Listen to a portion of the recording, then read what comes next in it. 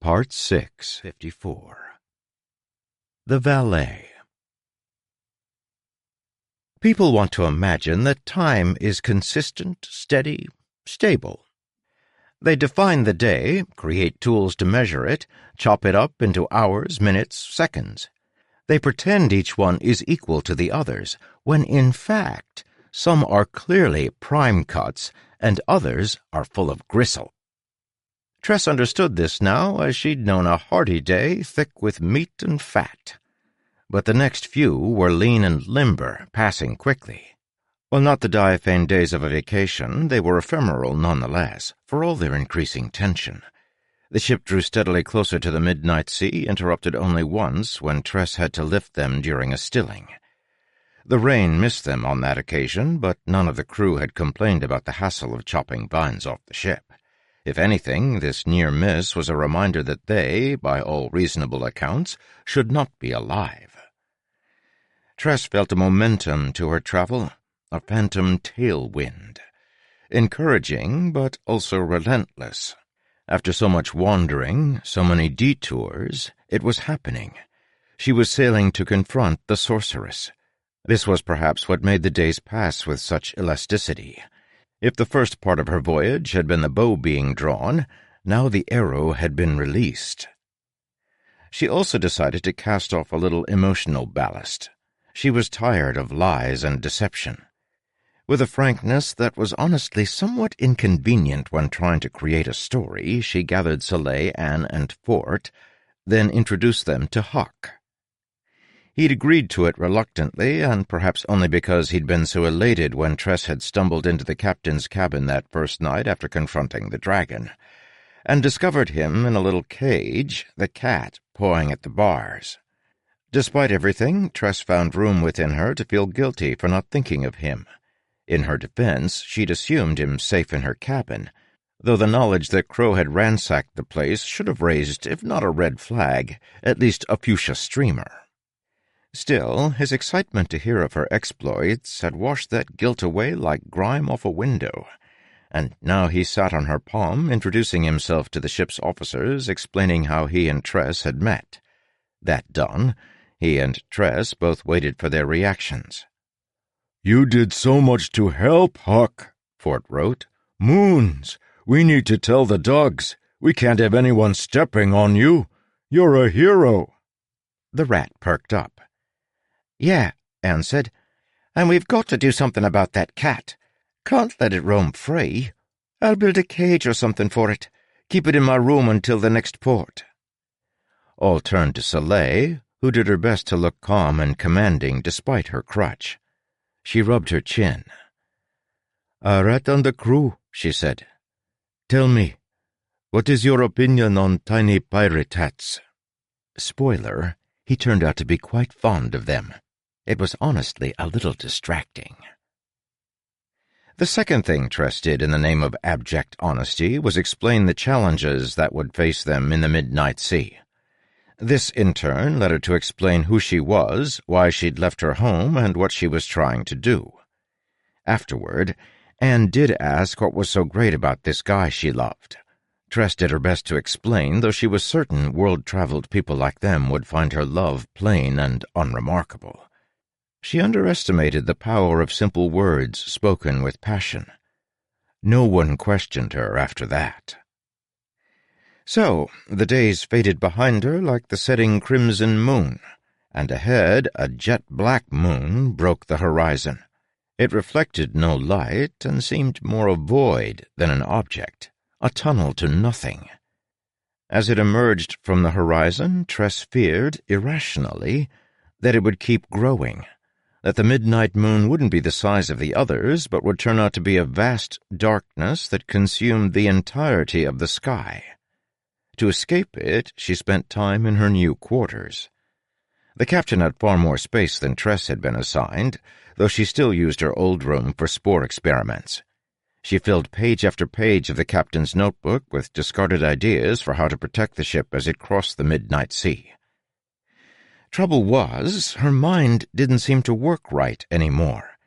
Where it had once seized upon ideas with a predatory vigor, Now it seemed trapped in a room, scratching uselessly at the walls with nothing to show for the effort. What had happened to her ingenuity, her self-defining thoughtfulness? She grew more and more frustrated as each day slipped away from her, leaving no further progress than frazzled hair and another scribbled-out page in the notebook. What was wrong with her? Nothing. Nothing was wrong with Tress. Her mind was functioning properly. She hadn't lost her creativity. She hadn't run out of ideas. She was simply tired. We want to imagine that people are consistent, steady, stable. We define who they are, create descriptions to lock them on a page, divide them up by their likes, talents, beliefs. Then we pretend some, perhaps most, are better than we are because they stick to their definitions, while we never quite fit ours. Truth is, people are as fluid as time is. We adapt to our situation like water in a strangely shaped jug, though it might take us a little while to ooze into all the little nooks. Because we adapt, we sometimes don't recognize how twisted, uncomfortable, or downright wrong the container is that we've been told to inhabit. We can keep going that way for a while. We can pretend we fit that jug, awkward nooks and all. But the longer we do, the worse it gets. The more it wears on us, the more exhausted we become, even if we're doing nothing at all, because simply holding the shape can take all the effort in the world. More, if we want to make it look natural. There was a lot about being a pirate that did suit Tress. She'd learned and grown a great deal, but it had still been a relatively short time since she'd left the Rock. She was tired in a way that a good night's sleep, or 10 of them, couldn't cure. Her mind didn't have any more to give. She needed to allow herself a chance to catch up to the person she'd become. She was now only 3 days away from the midnight sea, and she was no closer to thinking of a way through it, and pounding her head against the page wasn't accomplishing anything more than getting ink on her forehead. Tress was dreading what would happen next, and indeed it arrived with a polite knock on her door. She nodded to Huck, who had, for some strange reason, decided she needed a valet. Did captains have valets? She thought those were for gentlemen with so many pairs of shoes they needed someone to organize them all. Huck scampered over to the table beside the entry and called, "The captain bids you come in." Tress figured she could have done that herself. She was not yet accustomed to the finer points of being in charge, which often involve being too important to do things the sensible way. Soleil, Anne, and Fort entered. Tress steeled herself for their recrimination. Here, today, they would see the truth, that she had no plan, that she was an unfit captain. In actuality, all they saw was that she had very nice penmanship, even written backward on her forehead. "All right, Captain," Soleil said. "We've been giving this voyage some thought, and the protections around the sorceress seem almost impossible to overcome." "I know," Tress said, bracing herself. "Soleil, I don't—" "Therefore," Soleil continued, getting out some papers, "we've been working hard on ways to overcome them. We've got some pretty good suggestions here, if you want to see them." Tress blinked. Well, she often blinked, as people do. In this case, it was a meaningful blink. It was the kind that said, "Wait, what did I just hear?" "You have suggestions?" Tress asked. "Here, let's get to it," Soleil said, each of them grabbing a chair and settling down next to Tress's meeting table. Tress drifted over, then looked with amazement as Soleil laid out the first set of plans. "This was Fort's idea," she said. "He should explain." "Huck says," he wrote on his board, "that the island is protected by machine men, an entire legion of them who can't be harmed in any way. I started working on a way to distract them, until I realized you already solved this problem, Tress." The new sign was an improvement over the other. Lines of text disappeared at the top, replaced with new ones at the bottom, so he didn't have to stop. He could keep tapping words on the back for them, speaking more in real time. Also, it could do different fonts. I Solve the problem? Tress asked, taking the chair that Huck was trying to push over for her. Once she sat, he dusted his paws off as if he'd done an excellent job, then went to count her pairs of shoes. You did, Fort said. With your flare gun modifications, you were already prepared to face someone we can't kill. We just need to expand what you came up with. I figure a legion of mechanical men can't hurt us if they're wrapped in vines. See, here's a schematic for a cannonball using the ideas you came up with. We could lure out the metal men, bombard the beach with verdant, and tie them all up. Then you slip right past. She took the diagram. It had several parts that said Sprouter Mumbo Jumbo on it, so he obviously didn't grasp the finer details of what she'd done. Yet the idea was sound. Excellent, even. They already had cannonballs made to explode on a timer. She could build ones that burst with vines instead of spraying water. "This is brilliant, Fort," she said. "Fair trade," he said, tapping the board. "Once you have your friend back, then we'll be even. Not before."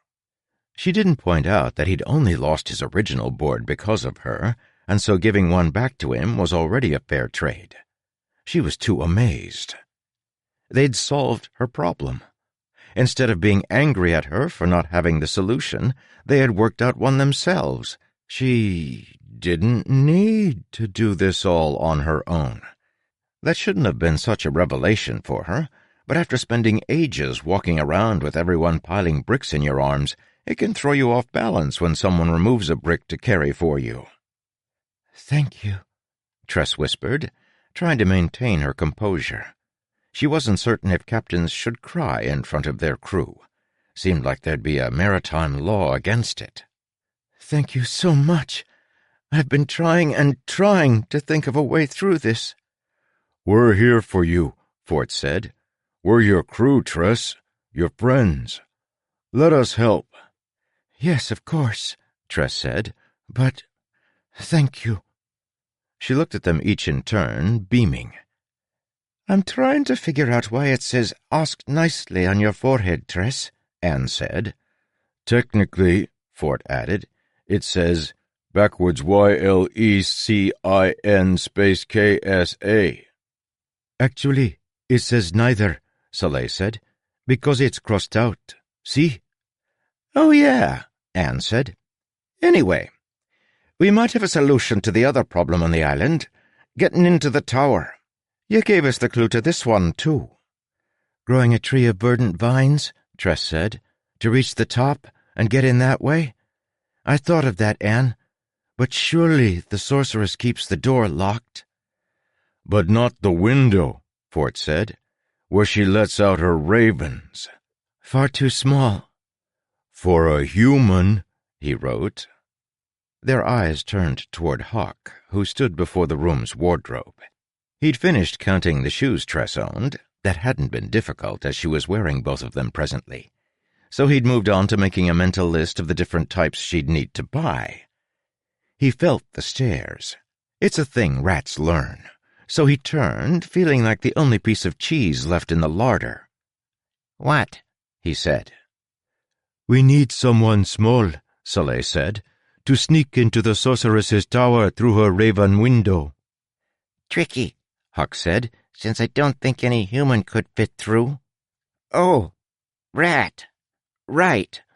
He wrung his paws together. "We need to do this for the captain," Fort said. "And the debt we owe her." "Huck owes me no debt," Tress said. "He wouldn't be on this ship except for me."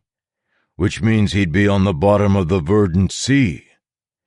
"I doubt he'd have made it to the bottom. Rats are rather low in body mass.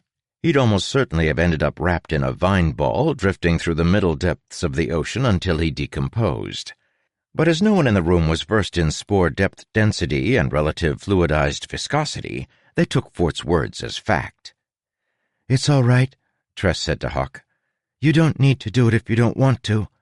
I'd hate to force you into anything, but it is a good solution. You're good at sneaking, Huck." "But how will I reach the window?" "On verdant vines which I'll grow upward for you." "No good," he said. "The tower is coated in silver. Didn't I tell you that?" He hadn't, and that would cause a problem. Tress sat back, her face falling. Something in that expression pained Huck. He couldn't stand how gloomy she'd been feeling lately, like smog over an island, he thought. So something slipped out. "I can get you through the door," Huck said. "I have a way we rats know about. If you somehow got me to the tower, I could open it. But, Tress, isn't all of this irrelevant? We would have to cross the Midnight Sea first, and we shouldn't do that. We've barely survived the Crimson." He was unfortunately correct. Tress looked to her friends, hoping they knew a quick solution to this problem, as they had the first two. No one spoke up. The other three might not have been marked, both literally and literately, by the fruits of their frustration on this point, but they were equally stymied. Curiously, though, there is a feature of collaboration that is often misunderstood. Two heads are not necessarily better than one, no matter what Dr. Ulam might say. That rather depends on the heads in question. However, when someone tries, it makes others more willing to try. And when you taste a little success, even vicariously, it can act as a mental laxative. Or, if you prefer, a little success is the metaphoric bang on the front of the mental vending machine that jostles loose the stuck ideas. Tress's eyes went wide. 55. The Hypocrite. Tress placed exactly 2 midnight spores on the table. The other officers shied back noticeably, though there wasn't a lot of room in the captain's cabin for shying. She'd spent a little while preparing this experiment, which had given Huck time to scamper off, not wanting to be in the room with more active midnight spores. Tress put her silver knife on the table, then got out an eyedropper full of water. "Midnight spores behave differently than the others. The others all have an immediate, almost chemical reaction to water. But these spores, they seem almost alive, like they want something." What do they want, Captain?" Anne asked. "Water," Tress said, leaning down to eye level at the table, holding her eyedropper. "It's like a trade. I give them water, and they obey me for a time." She raised the eyedropper, causing Soleil to gasp, despite herself. "This should be safe, but in case it's not, be ready to sever my bond to the spores with that knife." "Sever it how?" Fort asked, leaning forward. He was the only one in the room who didn't seem positively terrified. Something about this entire conversation, and if you've been paying attention, you'll know what, intrigued him, overcoming his natural fear. "Black lines," Tress said, glancing at his board. "Cut them with the knife, but I'm hoping that won't be necessary this time." She released a single drop of water. Like before, the midnight spores bubbled and merged, becoming something not unlike an undulating pustule, or, and please forgive me, a boiling boil. As before, Tress felt a connection to it immediately, a tugging at her mind. She could initiate the link, could offer the water and make the bond. But for now she resisted. "I feel something," Anne said, "like it's yanking on my brain." "It's looking for a host," Tress said, "or a buyer. The monsters that roam the Midnight Sea? This is what they are. Creations of the sorceress, bound to her. I wonder how she feeds so many." The globule lurched toward Fort, then took on the shape of a cup, specifically the large metal tankard that was the heaviest and largest of Tress's collection. The midnight cup then grew legs and moved toward Fort. He'd bonded it inadvertently, as evidenced by him suddenly putting his hand to his mouth, which would inevitably have begun to feel dry. A small black line began to move between him and it. Tress seized control. When Captain Crow had used the midnight spores, Tress had been able to take control of the thing, destroying it in the process. This time, it was far easier. She pushed her mind against the spores and offered water. More water. A bribe. The thing immediately moved to her instead, and let her take over. She was closer to it, which Tress thought was key. She took complete control, then severed the bond before she could be drawn into the thing's eyes and experience life as if she were a midnight cup. It popped and evaporated, leaving smoke, then nothing. Fort gasped, then took a long drink from a red ceramic mug of water Tress offered him.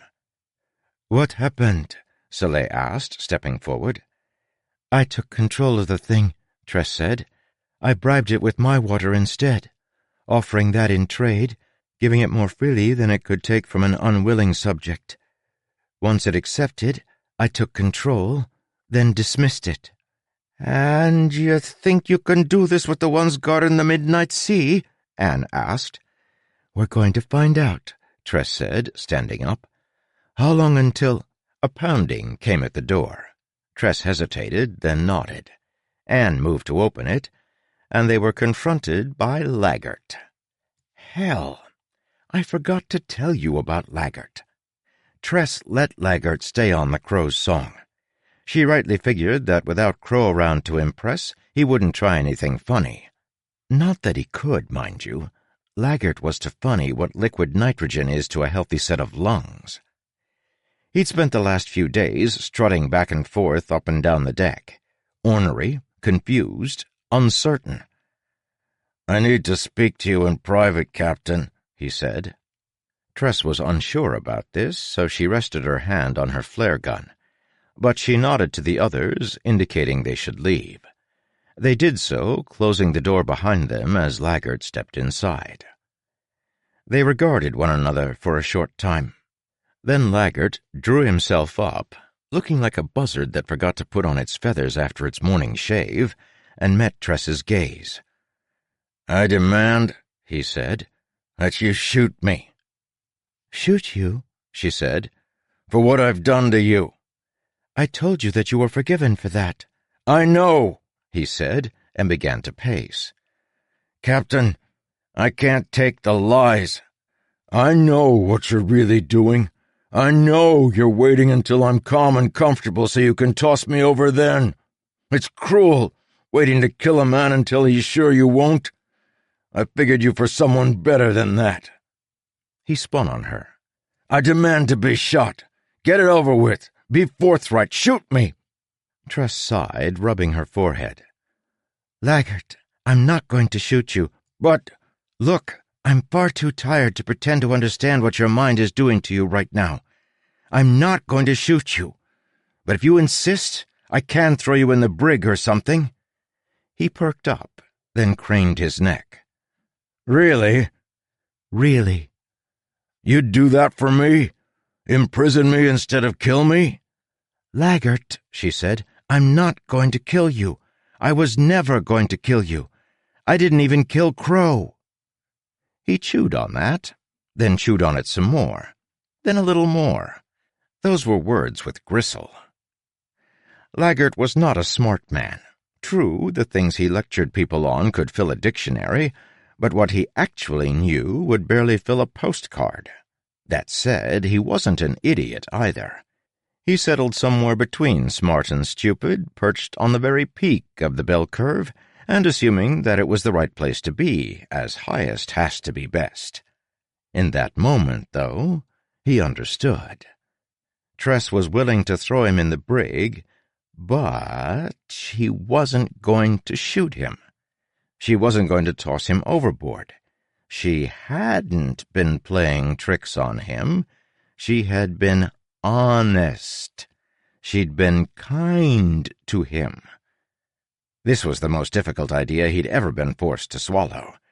You see, Laggert hadn't known much kindness during his existence, and it's a sorry truth that people often live what they know. He didn't view himself as mean or callous. He thought the way he acted was normal, because that was how he'd always been treated. In a land where everyone screams, everyone is also slightly deaf. Now it should be said that there are people who escape such a cycle of cruelty. When you find them, cherish them.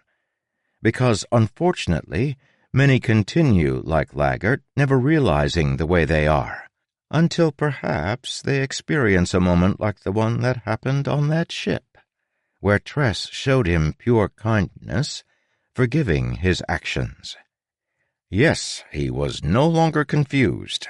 Instead, he was horrified, because he'd realized at long last that there were people who felt the things they said. There were genuine people in the world. To a determined hypocrite like him, that changed everything. He stumbled to the door, shoved it open, and fled. Tress, in turn, watched him with her head cocked, blissfully unaware of the war happening inside the man's heart. She didn't demand he be thrown in the brig. If he wasn't going to press the issue, she wouldn't either.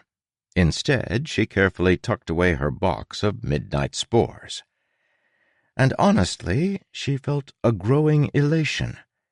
She had a plan for dealing with the monsters. If she could defeat them, she would have overcome the final obstacle between her and the sorceress. She was close. Truly close. She felt like celebrating. That lasted about as long as it took her to find out what I'd been up to the last few days. 56. The Traitor. Tress expected a certain sense of reverberation from the officers as she left her cabin. She felt enthusiasm, relief, excitement. They had an answer to each of the problems they needed to face in order to reach the sorceress. The other officers, naturally, should have returned similar emotions to harmonize with her own, making the music of shared success. So she was confused as she saw Soleil running up to her with a concerned expression. Apparently Dr. Ulam's treatment had run its course, but Tress hoped Soleil had not grown any extra toes. "What?" Tress asked, her sense of dread returning. "What's wrong?" Soleil led her to the hold of the ship, where I sat in chains, happily thinking of great conversation starters like politics, religion, and your uncle's overtly racist views. I experienced my tawdry ruminations among the remnants of the ship's food stores, an alarmingly small collection now, as I'd happily dumped the rest of the stores overboard. "We caught him with 3 jugs of water," Soleil said. "He was preparing to toss them out the rear porthole of the middle deck, where it appears he's been throwing out our food stores for days now." Tress let out a groan. "How much do we have left?" "Plenty of water," Soleil said, "but less than half of our food. Roughly enough to reach the verdant sea should we leave now. And, Captain, we saw birds on the Crimson only twice, and they don't live in the midnight at all. We can't forage out here." They looked at me. "I had to throw the jugs out," I explained, "as the food is lonely on the bottom of the sea. Also, Tress, how does your uncle feel about seagulls taking his jobs and/or sandwiches?" Tress looked at the gathered officers, then all of them turned to Ulam, expecting him to have an answer. They foolishly assumed he could grasp the complex network of motivations, loyalties, and historical failures that made up the ever-changing web of my psyche. "He is currently way too stupid to have done this on his own," Ulam said. "See how the ones he was going to toss out are marked with chalk?" "Well, all right then. Points to Ulam, I suppose." "The rat said my mission was absolutely vital," I told them. "It's also secret, so please don't tell Tress." A short time later, Tress approached Huck in his quarters, her former ones, which she'd assigned to him. His very own room. Yes, it didn't have silver, but it was more than most rats ever got. He'd been sitting there making a list of all the hats she owned. It only had one item so far, but he was an optimistic type of rat valet. What's more, he'd been so nervous that he needed something to pass the time. He looked at her. "Did the test with the midnight spores work?" he said, dropping the pencil and scurrying over. "I would have come back to watch. Should have. But that's not something a valet has to do, right? Be around midnight spores? They give me chills, Tress. She didn't know what to say. It is an affliction that I've never known, but I hear it can be quite debilitating. Tress? Huck asked. I feel like you should be excited, maybe enthusiastic, certainly relieved, yet— I've discovered, she said, that our food stores are frighteningly low. Somehow we lost count of how much we had. It seems we have barely enough to make it to the verdant sea, should we turn back now. Oh, Huck said. Well, that's dreadful news. But I suppose with everything that has been happening, it's not too surprising that something slipped through the cracks. We must make sail for the verdant sea, restock, then— He trailed off, meeting her eyes. He wilted. Hoyd talked, didn't he? You're remarkably good at reading human emotions, she said. For a rat. Well, emotions are emotions, he said. Doesn't matter the species, fear, concern, anxiousness. Betrayal? She asked. Is that emotion the same for both human and rat? So far as I can tell, he said, his voice growing very soft. I'm sorry, Tress. I can't let you face the sorceress. I can't. For your own good, you see. Ah, those words. I've heard those words. I've said those words. The words that proclaim in bald-faced arrogance, I don't trust you to make your own decisions. The words we pretend will soften the blow, yet instead layer condescension on top of already existent pain, like dirt on a corpse. Oh, yes, I've said those words. I said them with 16 other people, in fact. It hurts that you don't trust me, Huck, she said. But you know, it hurts more that I can't trust you now. I get that, he said. You deserve better. She found a cage for him.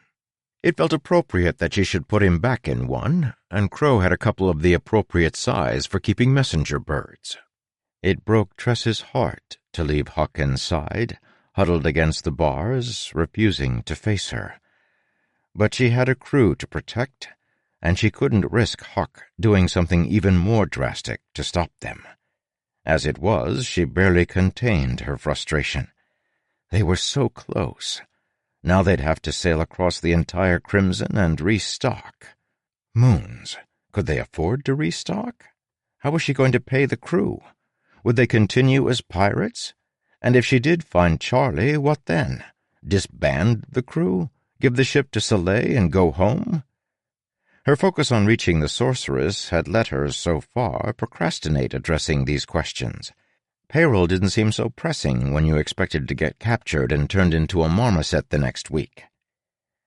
These thoughts weighed on her as she opened the door and found a collection of Dougs waiting outside. By now, Tress knew them all personally. The one at the front, holding her cap, was a good-natured woman who had once explained that she thought birds were the souls of the dead, watching over sailors as they traveled. It had been awkward, considering Tress had been serving pigeon pie that night. The Doug had just laughed and said that was a way of helping. They all had quirks like that. Personalities, dreams, lives. Human beings are like the shorelines of continents. The closer you look, the more detail you see, basically into infinity. If I didn't practice narrative triage, you'd be here all week listening to how a Doug once got so drunk she ended up as queen. Today, fortunately for us, they acted in concert, and in service of the story. Because they had something to tell, Tress. "Let's keep going, Captain," the lead Doug said. "If you don't mind. Let's keep sailing, and go save that man of yours." "But the food," Tress said. "Pardon, Captain," another Doug said, "but we can eat verdant for a little while." "Agreed," said another. "If it helps you, we can eat weeds for a few weeks." "Wait, you can eat verdant vines?" Tress asked. The Dougs were shocked to hear she didn't know this. You might be too, as it was mentioned earlier in the story as clever foreshadowing. But Tress had been distracted during that conversation and had missed the point. Besides, few people who had grown up on islands had to know that the vines were technically edible, because on islands there was so much better food you could grow with far less danger, assuming you had access to soil or compost vats. Even her family, poor though it had been, had always had normal food to eat. Regardless, people could survive on verdant vines provided they were fully grown, a process that involved soaking them for a day. They provided some few calories and nutrients. Do it too long without supplemental protein and you'll have a rough time, but they could manage to get to the sorceress's island and back on vines, plus what they had remaining. Behind her, Huck looked at his feet. He was realizing that in the end his betrayal hadn't even accomplished anything. "Thank you," Tress said to the dogs. "Captain," the one at the front said, "we spent a month eating Fort's food. Then you started cooking dinners that didn't taste like they were scraped off the bottom of a shoe and, well, we can survive a little verdant." "Besides," another added, "it's worth continuing. After this, we're going to be the only pirates who ever robbed the sorceress herself." 57. The Maligned Fashion Expert. About that. Tress knew that there was a hole in her plans. In fact, there were exceedingly more holes, H-O-L-E-S, in her plan than there were holes, W-H-O-L-E-S. For example, she couldn't be certain she'd correctly guessed the island's location. Even if she had, there was no guarantee their plans would work. She might not be able to get past the sorceress's defenses. All of those issues, however, were secondary to the biggest one, lurking like a shadow beneath the ocean. Her focus so far had revolved around getting to the island, then into the tower. But what then? How under the moons was she going to find, then rescue Charlie? How would Tress deal with the sorceress? Their plan involved firing cannons at the metal servants on the beach. That would make a ruckus and certainly draw attention. How would Tress, after making so much noise, secretly get to the tower so that Huck could let them in? Her confidence wavered. Well, it had been wavering for days, not unexpectedly considering its flimsy foundation. Now it threatened to topple right over. Their plans had relied on Huck letting them into the tower. Now that obviously wasn't an option. Tress felt sick about this, but no solutions revealed themselves over the next few days. The ship sailed inexorably toward the terrible midnight moon until it reached the border, that place where spores mingled, like a scar that was festering and black on one side, a limb that had suffered full necrosis. Black spores stretching to infinity. Tress watched from the quarterdeck, feeling an unnatural quiet as the dogs stilled, and even the sails seemed to hold their breaths. It was here, the midnight sea. Soleil looked to Tress. "Drop anchor, helmswoman," Tress said. "It's nearly night. I shouldn't like to sail that sea in darkness." "Agreed," Soleil said. "Keep a double watch tonight," Tress suggested. "I don't fancy being taken by surprise, either by rain or by something else coming up through that darkness." Soleil nodded, visibly uncomfortable. Tress moved to go down to her cabin, then paused. "Soleil, have you ever heard of anyone sailing it successfully?" "The Verdant King keeps sending fleets to try to capture the sorceress," Soleil said. "Some ships do survive the Crimson. That's random luck, after all. I've never heard of one coming back from the midnight, though. They sail out into that and are almost instantly overrun by dark creations of foul spores." Tress shivered. Did she really think she could do what those capable sailors had failed to do? What was she thinking? Why was she even here? She was a sham of a captain playing dress-up. Granted, Tress wasn't giving herself enough credit. please act surprised, as she'd come quite far, all things considered. And it's true that numerous members of the King's Court hadn't managed to survive their first encounter upon the midnight sea. But then you've met at least one member of the King's Court. He was the handsome fellow in the early part of the story with both the jaw and the intellect of a marble bust. So, maybe they didn't set the highest standard. Regardless, Tress was suddenly very uncertain of herself. She fled below to the familiar hallway of the middle deck. She passed her old room and found herself nostalgic for a couple weeks earlier.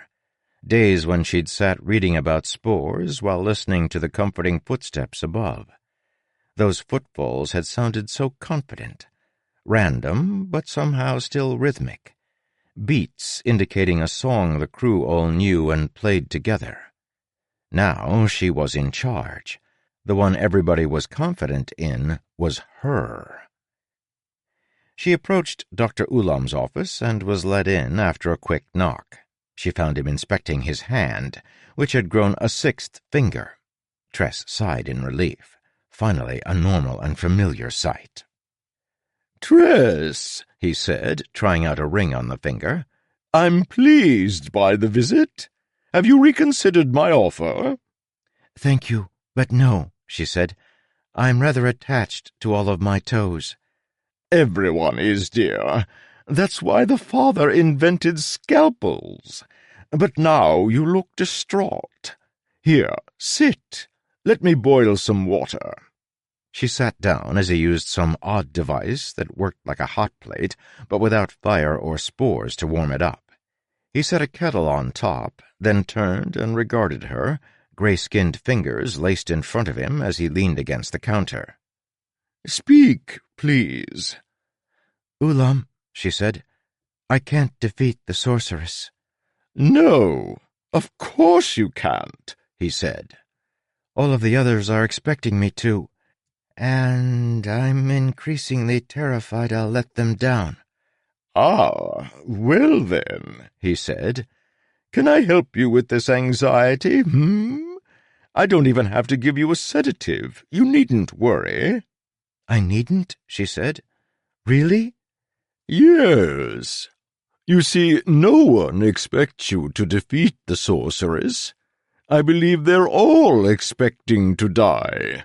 And so you won't disappoint them, child, when the sorceress inevitably murders the entire crew." She groaned. "That was a joke," he noted. "I doubt she's capable of killing me, though she thinks she can. Even if she is right, she certainly can't kill Hoyd, even in his current state. So it will only be most of the crew she murders." Tress felt dizzy. Ulam, it should be noted, is not known for his bedside manner. As I've pointed out, his people lost something when they stopped being forced to imitate actual humans. I can genuinely say that without that burden, they've all become increasingly themselves over the decades. That said, Ulam is legitimately the best doctor I've ever met. If you are easily stressed but need his help, I suggest you ask him to sew his mouth shut before he visits. He'll probably find the idea novel enough that he'll try it. That day, however, he realized he'd said too much. Even Ulam, a creature with the empathic talents of an angry emu, could occasionally realize when someone was in emotional distress. "Child," he said, "How could you?" Tress snapped at him. "How can you sit there and not care? What is wrong with you?" "Oh," he said. Well, no need to bite my head off. I have several saws for the purpose right over—" "Jokes don't help, Ulam," she said, standing up. It hadn't been a joke, mind you. He actually had 3. He let her pace for a little bit, and when the tea kettle began to whistle, he didn't move to get it. As she paced, one point stuck in her brain. He'd mentioned Hoyd again, the drooling cabin boy. Ulam was a creature of strange powers, but he saw me as someone even greater. It wasn't the first time Ulam had said something like that, but this time it actually struck her. Finally, she took a deep breath. "I shouldn't have snapped at you," she said. "You've been helpful in the past, Ulam, telling me things you didn't have to. I shouldn't get angry at you for not doing more. I don't know what's wrong with me. I never would have acted that way in the past." "I think," Ulam said, "that perhaps nothing is wrong. Maybe you should snap at me more often. I forget sometimes what I've been told about the stresses mortals live under." "You're right, though," she said, pacing the other direction in a small room. "We are going to die. This quest is foolishness. When it was only me who was risking my life for Charlie, that was bad enough. I can't force the rest to join me." "You aren't forcing them, Tress," Ulam said. He finally rose and began to make the tea. "Have you seen how they walk these days? How they hold their heads? They know they're partially to blame for the people Crow killed. You're not bullying them, you're offering them a chance at reclaiming their humanity. They want to try to rescue your friend. They want to prove to themselves that even though they might not be first-rate men and women of valor, they at least possess a second-hand variety." He turned, handing her a cup and gesturing toward the seat. It was a nice cup, tin but dinged up with the respectable scars of favorite use, and shined along the handle from the caress of fingers. She sighed, taking the seat and the tea, though she put the latter aside to let it cool. "Look," she said, "Huck was willing to move against me. Perhaps I should see his point. Even if I don't, I can't use him to get into the tower now, so the mission is a bust." "You still have Midnight Essence," Ulam said. "Maybe you can make a creature that can sneak in and unlock the door?" "The tower is coated with silver," Tress said, "so I wouldn't be able to touch it as a midnight creature. At least that's what Huck said. I don't know if that's true, or what to trust from him, but either way we have a bigger problem. Ulam, I can't beat the sorceress. She's going to know I'm coming." "She knows already, I suspect," Ulam said. "From what I know of her, she is probably looking forward to seeing how you deal with her defenses." "Is it possible to impress her so much with what we do that she lets Charlie go?" "Unlikely," he said. "Best you can hope for is that she finds you amusing and sends you away with a particularly creative curse." "So there's no hope?" "Well," Tress looked up. "I am supposed to remain neutral, you see," he said, "in the actions of certain individuals, such as the sorceress. But there is someone who never follows those rules. He's on this ship, and he has a pair of bright red sequined briefs." "Hoyt," she said, "you've mentioned that he's not what I think he is. Is he truly something greater than the sorceress?" "Well, these things are famously difficult to judge," Ulam said. "But I should say yes. I wish you could know the real Hoyd. As amusing as it has been to watch his current incarnation in all its splendor, he is normally quite different from the person you know." "And that person is less embarrassing?" "Well, usually more embarrassing, but also quite adept at certain things. If there is a single person on the entire planet who can defeat the sorceress and get you and yours out alive, it is that man. I tell no joke or exaggeration in this, Tress. When he wants to, there are few people in the entire Cosmere who can influence events like our dear friend with the inappropriate undergarments." "I'll have you know I owned those briefs before the curse, and I stand by the purchase." Tress considered that. Then she finally tried her tea, which alone proved her bravery. I never drink anything Ulam gives me without first seeing what it does to the house plants. "If he's so powerful," Tress said, "how did the sorceress end up cursing him?" I have no idea, Ulam said, but it's not that surprising. For how capable he is, Tress, he often overreaches in some way. It doesn't matter how powerful a person is if they believe they are slightly more powerful than they truly are. There's room between those margins for big errors, Yeah, that one was fair. Regardless, Ulam said, I think in this case what happened to him wasn't an accident. If I were to lay down money, or, more valuable, my favorite set of fingernails, I'd guess he got cursed on purpose, and is now having more trouble than expected getting out of it. Why? Tress said. Why would he get cursed on purpose? I haven't been able to decide, Ulam replied. Tress was skeptical, but in this case Ulam was, unfortunately, right. I had honestly thought I would have sorted through this by now. It was proving more difficult than I'd anticipated. Fortunately, I was closer than ever, because Tress hit on the most important idea right then.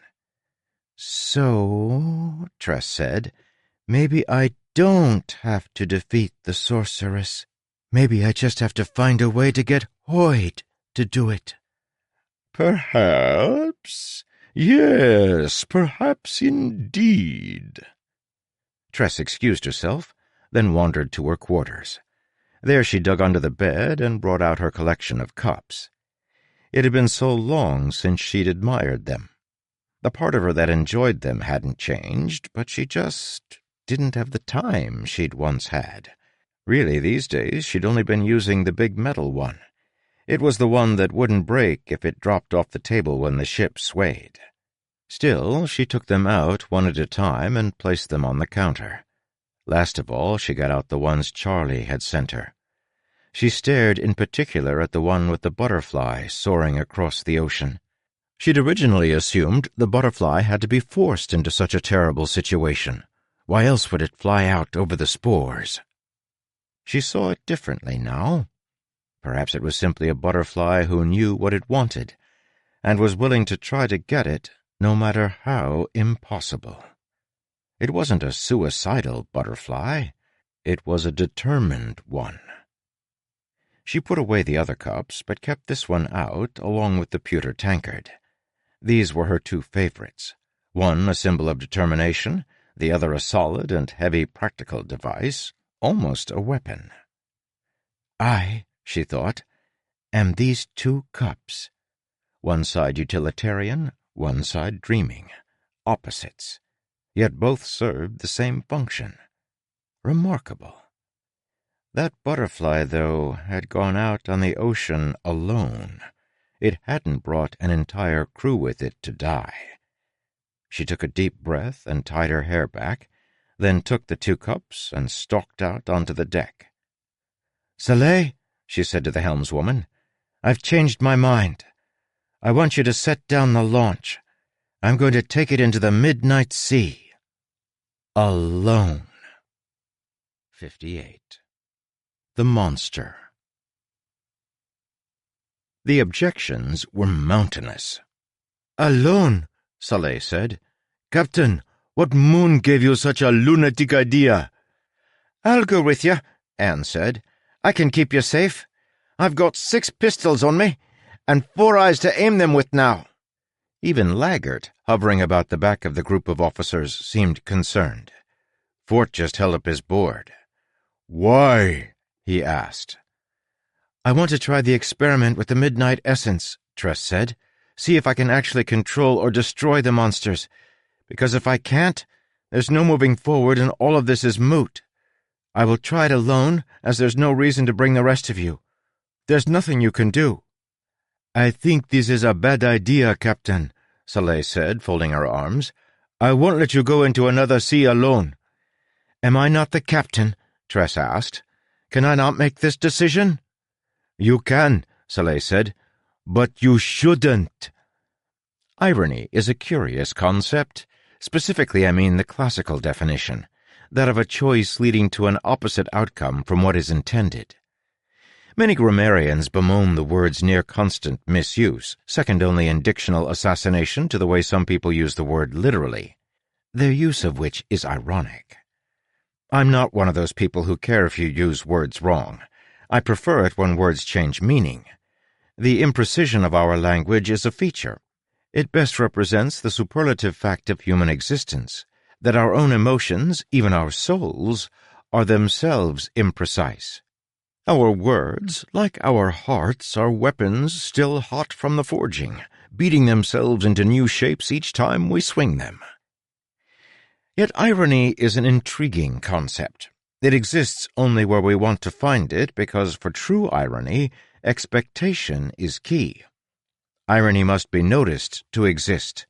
We create it from nothing when we find it. But unlike other things we create, like art, irony is about creating tragedy. Irony is reversal. Set up, then collapse. A perfect bit of irony is a beautiful thing. So watch. Enjoy. I cannot let myself create more hardship for any of you, Tress said. I need to do this next part alone.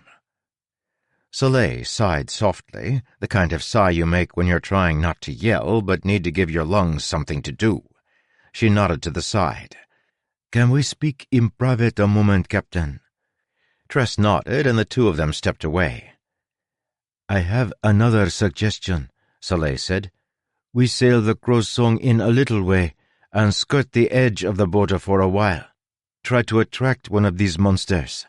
Then we trap it with verdant spores and haul it on board. From there we can retreat to the Crimson and take our time experimenting on it. Too dangerous, Tress said. More dangerous than you going in alone? Too dangerous, Tress revised, for all of you. This is something I have to do, but I can't let you keep risking yourselves. Captain, Soleil said, her tone softening. Tress, my entire life changed when you returned from the Dragon's Den. I've been searching for Father for so long. I hoped for such a long time that hope started to wither. I was simply doing what I'd done because I was afraid to let it fully die. It's alive again now, watered by you, nurtured back to life. He's alive, and I know where he is. I need to survive what's coming next so I can get to him. Then go, Tress said softly. You need to live to save him. You can't take risks. I need a good crew to get through these seas, Soleil said. This is a good crew. It was one, Soleil said, and can be one again. But Tress, do you know what it does to a person's soul to serve someone like Crow? You build up a black crust, like toast left too long in the oven. She nodded to the crew gathered on deck. I put you in charge for several reasons. One is that I think you'll be a good captain, but another is that they need someone to lead them who can set things right again. Someone who didn't agree to Crow's demands. They need you. Tress nodded, understanding a shade better. Soleil taking over would be a little like a team taking a time out to reassess their strategy. Giving the ship to Tress was like tearing down the stadium to build a new one. Ever since you came on this ship, Soleil said, you've done nothing but try to protect and help us. The crew knows it. They'll follow you. I'll follow you. But I can't save my father yet. Can't save myself yet. Not until I help you and this crew. So I'm asking, let me help you right now. Why ask? Tress said. Why not demand? Soleil shook her head. We mutinied against Crow. We can't afford to let that kind of behavior be seen as normal. We have to make it clear that disobeying Crow was an extreme exception. So we'll follow you. Exactly. The officers and I. We'll model for the others, because we know if we don't, well, that's when things on ships can go extra poorly, when exceptions become habits. So if you tell us to let you do this alone, we will let you, Tress. We have to." She met Tress's eyes with one of those looks full of implication. That never works as well as you think it might. Because Tress had learned the wrong lesson. She'd heard the part about helping the crew, about protecting them, and so she doubled down. "Thank you, Soleil," Tress said. "Now, please prepare the launch.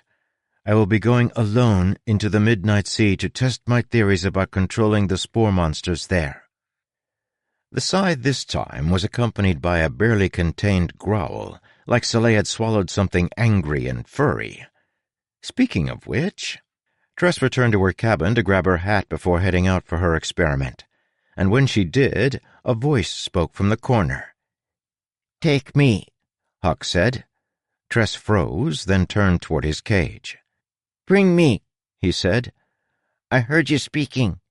Take me in the cage if you must, but bring me with you, Tress, on that boat. You might need me."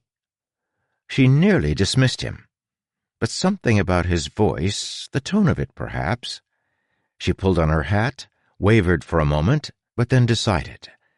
As she left, she grabbed his cage by the handle on the top and carried it with her as she swept out onto the deck. And so, soon afterward, Tress found herself in a rowboat, the midnight sea surrounding her in all directions, accompanied by only a caged rat, a keg of water, and a couple of free-range cups. It was time to see if she could get past the sorceress's first line of defense, to see if she could conquer the terrible tar monsters that roamed the midnight sea. It was a tense, dramatic moment that, unfortunately, the terrible monsters forgot to attend. Surely they'd be along any moment now. Tress continued to drift alone in all that blackness. The sea was warm, gorged on sunlight as it was. Somehow it felt even more alien than the Crimson Sea. She might have thought black spores would be more familiar. The world turned black for roughly half the day every day. It was a natural color. Yet sitting there, she felt as if her tiny boat were hanging in a void, a vast nothing. Even the sound of the sea making the spores ripple wasn't comforting. It sounded wrong here, upon this persistent night, upon this gluttonous expanse that ate the very sunlight. And now the sun was going down. Tress turned and looked backward longingly, but she had rowed herself out here for a good hour or so.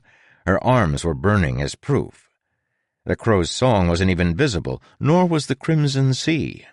She was alone, except for Huck, who huddled in his cage, quiet and terrified, despite having demanded he be brought along. To pass the time, Tress tried writing a little in her notebook, but she was too worried, too distracted.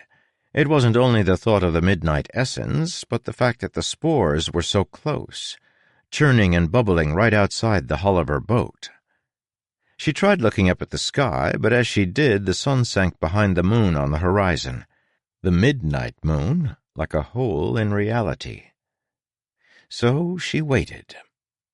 There are few things worse than stressful, yet empty time. Free time that you can't use in any way always feels like nature itself is mocking you. Finally, though, Tress spotted movement. The midnight essence had gotten alarmingly close to her without being noticed, perhaps because it was black upon black, though the fact that it was moving through the spores also helped hide its approach. Once she spotted it, though, she tracked it easily, for it reflected the light of her lamp like oil. Her breath caught. She stopped worrying about the spores, fixated only upon this approaching horror. What kind of beast moved through the spores? Bathing in them? Or swimming? Was that the right term? Tress knew the word from one of Charlie's stories, though she found the idea remarkable. There were places with so much water that you could go in over your head? Wouldn't you sink and drown? Whatever the word, the creature approaching was doing it. You might have recognized the midnight essence as resembling some kind of eel or sea serpent, perhaps half as long as the crow's song was. But you come from a world where things live in the water. That idea was wholly alien to Tress, and so she found the beast's movements unnatural, unnerving. A spine should not move in such a way, like a piece of string bending with supple contours. It circled her boat, predatory, also confused. Why was this human sitting out here alone in a little boat? You'd have felt similar if you'd been strolling through the woods and found a warm steak dinner chilling on a stump. What kind of trick was this? To this day, I can't completely say if Midnight Essence is alive or not. The Luhelband is an odd one, to be certain. For the context of the story, though, pretend that the thing slinking along outside her boat was functionally self-aware. At the very least, it had been given a specific set of commands that approximated life. And so it knew to be cautious. This gave Tress the opening she needed. With a trembling hand, she reached out and touched the thing as it swam past. This was, in the thing's perception, deeply unsettling. There it was, an eldritch monster of nefarious design imbued with a hatred for all life. It had spent its entire existence seeking out ships, then growing legs to slip on board and consume those inside. When people saw it, they made all kinds of noises, though each one ended up as a painful gurgle. That was the sound of a job well done, an existence fulfilled. People feared it. They didn't reach out to touch it. That was basically like a salami standing up and trying to jump into your mouth. It isn't that you don't like a good salami, but you should at least have to work for it. Also, there was the mind control. Tress had bet everything on being able to do what she had earlier and seize control of this thing. It was more credible a plan than you might think. You see, there was too much sea to cover for the sorceress to pay attention to each creature individually. She made them in batches, then sent them out with orders, maintaining only a loose control. Indeed, if she'd tried to actively direct all of these things, even she would have been quickly dehydrated and killed. Beyond that, the creatures had just enough self-awareness to make decisions, to choose. That's a dangerous feature to build into your roaming minions, but again, the sorceress didn't have another option. She had to give them a measure of autonomy, lest they be incapable of doing the job for which she'd designed them. So yes, Tress's plan could have worked, if she'd been sprouting for more than a couple of weeks. Tress tried to seize control as she'd done earlier, pressing her mind against it. The thing reared up out of the spores, pulling away from her hand, and looked at her with midnight eyes. A question came into her head, like it wanted something. She tried to offer water, hoping it was more than the sorceress was giving. The thing rebuffed her. Naturally, the sorceress knew of this possibility. She understood the weakness inherent in her creations, and she'd built them with complex mechanisms to recognize an outside attempt at control. Tress was tenaciously talented and demonstrably determined, but she was still new. And the sorceress, it should be noted, was not. The thing reared up with a hiss, opening its mouth, anticipating its feast. Tress threw herself to the bottom of the boat, terrified, when a small, high-pitched voice spoke. "Stop," Huck said. Then, sounding reluctant, he continued, "Take us to your mistress. I have free passage." The creature swayed its head, the complex sets of commands that guided it converging on the owner of that voice. One it had been instructed not to eat. One it was to bring to its master when commanded. Huck the rat had returned to the place where he'd been created, as instructed by the sorceress. 59. The Prisoner. The next morning, Tress arrived at the sorceress's island.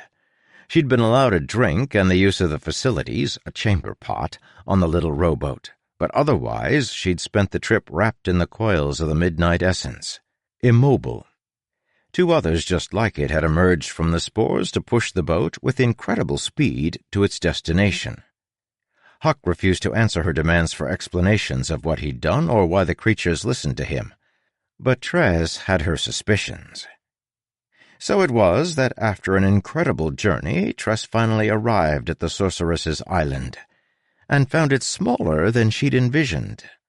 This is notable, as the island Tress came from was already small by the standards of most worlds, so her surprise was akin to a 4-year-old remarking, "You know, I expected you to be more mature."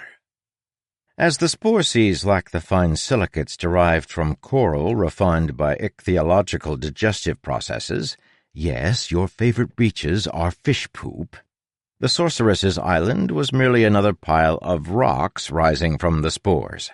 In this case, the slate-gray stone skerry was suspiciously circular and perhaps 200 yards wide.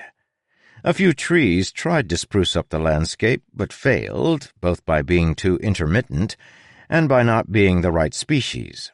Instead, they were spindly, gnarled things with tufts of leaves growing only at the very tips of their branches, as if they knew the concept of trees only by description and were doing their best, all things considered. Tress had spent the trip alternating between hating Huck and hating herself, with the most generous helping heaped on herself. Now she sat, wrapped in the coils of the midnight essence, watching with dread as they approached the island. The midnight essence, it should be noted, now looked less like an eel and more like a pile of verdant vines. The boat had a line of silver in the hull, which left dead spores trailing them in a dissipating wake. The creature took care not to touch the silver, but, like Tress had noticed when she'd seen through the eyes of the midnight essence rat, could get close to it without being destroyed. It had unlocked Huck's cage. He sat on one of the plank seats near the front of the boat. Spores crunched and rustled as the two midnight creatures pushed the little craft steadily forward. "You have been here before," Tress said, voicing her guesses. "All that talk of growing up in a community of rats, that was all lies, wasn't it?" "Yes," Huck whispered. "You belong to her," Tress said. "You're a familiar of the sorceress, or something like that. You've always belonged to her." "Yes," he said, even softer. Each answer hit like an arrow, the barbed kind that hurt going in but also rip and tear going out. The kind that make you want to leave them in, walking around with wounds that can never heal for fear of the worse pain of removal. Still, as much as that stung, she forced herself to admit something. Huck had done everything he could, short of abandoning the ship at port, to keep her from coming this way, to protect her from the sorceress. He had lied, yes, but he was obviously terrified of the sorceress. She couldn't blame him too much for how he acted, now that she'd unwittingly brought him back here. She could, however, blame herself. She should have been smarter, come up with another plan. Maybe she should have taken Soleil's advice and let the crew help with the problem. Tress wavered on a precipice as she thought about that. Change has an illusory aspect to it. We pretend that big changes hang on single decisions, single moments, and they do. But single decisions and single moments, in turn, have a mountain of smaller decisions behind them. You can't have an avalanche without a mountain of snow, even if it begins with one bit starting to tumble. Don't ignore the mountains of minutes that heap up behind important decisions. That was happening to Tress right at that moment. Full realization hadn't dawned yet, but the glow was on the horizon. The midnight monsters steered the boat in an odd way as they approached the island, and Tress soon observed why. Long, jagged lines of stone cut up through the sea here, like sandbars with teeth. The sorceress had chosen her island deliberately. The approach to the place was exceptionally treacherous. Hidden rocks lay like mines, barely peeking through the seething spores, giving almost no hint to their locations. Approaching, then, was nearly impossible. As the boat made a sequence of expert maneuvers, steered by monsters who knew the correct path by magical gift, Tress felt her stomach drop. This was a protection to the island they hadn't known about.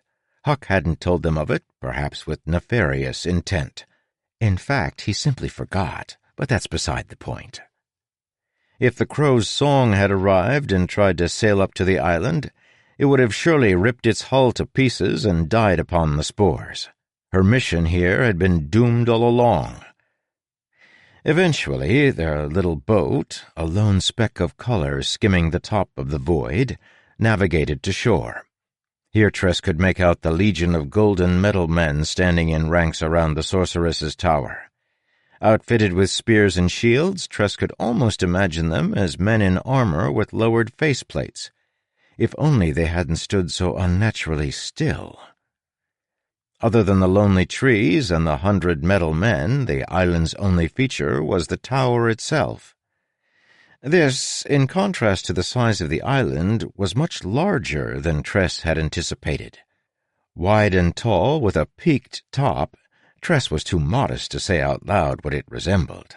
I, of course, don't know what modesty feels like, so when I mentioned what it looked like, the sorceress asked me if I'd like a large yonic symbol splitting my forehead. Tress had hoped for a way to escape once the boat landed, but the creature kept her wrapped tightly, lifting her and carrying her before itself as Huck hopped off the boat. On the stone ground, he looked toward Tress, the first time he had looked directly at her since they'd gotten on the little boat.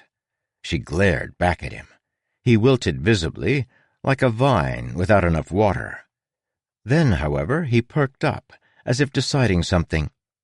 Yes, that's it, he said. Not doing what she asked at all. He eyed the monster, then scampered forward before Tress could berate him again. They crossed the ground to the tower itself, the metal men letting them pass. The things seemed to be asleep at the moment, in Tress's estimation, merely statues. The tower soon took her attention. It was an awe-inspiring sight, more silver in one place than she'd ever seen before. There was so much of it, in fact, that it would destroy spores at an incredible rate, protection against enemy sprouters. A door was built into the side of the tower, apparently also made of silver. Huck stood up in front of it, and in a loud voice spoke. As I was commanded, I've returned to the tower with a captive to present to the sorceress. Magic door, please open. I was told— The door swung open on its own. Right, he said. Good. He scurried in, then looked down at himself, then back at Tress, uncertain what would happen next. The midnight monster, now looking like a large centipede with tentacles for feet, let Tress go and shoved her through the door into the tower. It couldn't follow because of the silver. Instead, it tossed her something. Her cups. The pewter one and the one with the butterfly. It had brought them because it had found them in the boat and didn't know if they were important or not. As Tress fumbled to catch her cups, the door slid shut, locking her inside and leaving her with only one choice: to proceed and meet her destiny. 60. The Sorceress. Tress took a moment to reorient herself, taking a deep breath, rubbing her arms, and trying to brush free the touch of the strange midnight creature. She thought of grabbing Huck, but he was quickly vanishing up a set of steps, using the running board alongside them as a ramp. Tress stayed still for the moment. She'd entered an all-metal corridor, decorated only by a red carpet down the middle like a tongue. It was inlaid with symbols that a well-traveled person would recognize as Aeonic, but that Tress saw some kind of arcane rune, which wasn't too far off. The walls, instead of being lined with pictures or tapestries, bore several panels that reminded Tress of Fort's writing board. Now, many storytellers would describe such a hallway with words like cold and sterile. That's mostly due to past association. The calm, pure white lights in the ceiling, diffused through a plastic filter, might remind you of an office building, while the unadorned metallic finish might remind you of a hospital operating room. To Tress, the room wasn't cold. It wasn't stoic or bleak or stern, or any words that might describe a politician at his trial after he escapes the dumpster. "It's beautiful," she whispered. "So clean and so radiant. like I imagine the afterlife." Her words echoed in the corridor. Finally, she took a long breath. She was here. She wasn't dead. Perhaps she could find a way to rescue Charlie. Despite everything. This was where she'd been pointed her entire voyage, after all. So, scraping together what was left of her determination, she strode forward and up the steps. At the top, a door opened on its own, sliding to the side, because the sorceress had very particular ideas about what the interior of this kind of vessel should be like. Beyond the door, Tress entered a large circular room with doors at the sides. The chamber had a lived-in look, decorated with the kinds of things that would make a mess if the sorceress had to leave in haste. Furniture, bookshelves. The floor was still metal, inscribed with a map of the planet, and the lights were still industrial, but she made it look cozy. The woman herself sat at her desk near the bookshelves, holding a fluffy white cat and idly doing something on her laptop. Her magical seeing board that let her watch events outside, as well as occasionally play a mystical card game to pass the time. Her skin glowed, and she had a silvery effervescence to her. She was maybe in her 50s. Rather, that was how old she'd been when she'd stopped aging, and she'd come a long way from the withered husk she'd once been. Short, a little plump, she liked keeping her hair in a bun for convenience, and abhorred makeup. I would too if I literally glowed. Her kind tended to prefer clothing and other accents that didn't distract from their luminous nature. Though she was a long, long way from home, she was extremely powerful. She rotated in her chair, setting her mystical board on the table, then shooing her cat off her lap. It hopped onto the floor, then eyed Huck, who cowered on the desk. The sorceress pointed, and the cat slunk toward the door, slipping past Tress and out. Tress was paying little heed as she was mesmerized by the various seeing boards on the desk. One showed a view of the hallway where Tress had entered. Several other panels on her desk showed things like shots of the island, but one of them depicted the deck of the Crow's Song. "Ah," the sorceress said, standing up. She glanced at Huck, who shied down before her gaze. "So this is her, your offering. I have to say I'm not impressed. She seems scrawny. And that hair! Girl, I know your planet is rather unimportant, but surely your people have invented hair brushes." Tress swallowed. To her, the woman looked deific. It was the glowing skin. Really helps you land a good first impression. I've been envious of that look for centuries now, and have been aiming to adopt it. In fact, that is what this has all been about, but I get ahead of myself. Tress shoved down her awe and cobbled together her ramshackle plan. She drew herself up, clutching her cups for strength, and spoke. "Sorceress, you have taken captive someone I love. I have come to demand his return." "Demand?" she asked. "What makes you think you can demand anything of me?" "Because I," Tress proclaimed, "have defeated you." "Defeated me?" the woman asked, amused, glancing at Huck. "I've crossed your ocean," Tress said, "approached your island, passed your metal army, and gained entrance to your lair. I have overcome the 4 trials you've put before me, and have obtained your presence." "Huh!" the sorceress said. "My 4 trials? I love it. You've been listening to Hoyd. Tell me, how is Ulam?" Tress looked at Huck, who was wringing his paws. "He's fine, m'lady. He seems happy on the song, at least." "All this time," she said, "and he's never come to see me. Wise, I suppose. He knows I keep a vat of acid just for him. It's one of the only ways to be sure about them, you know. That or a good fire." The sorceress strolled through the center of the circular room, walking across the map of the world inscribed on the floor. Off-worlders called the place Lumar, which is a pretty good translation of the name used by several native languages.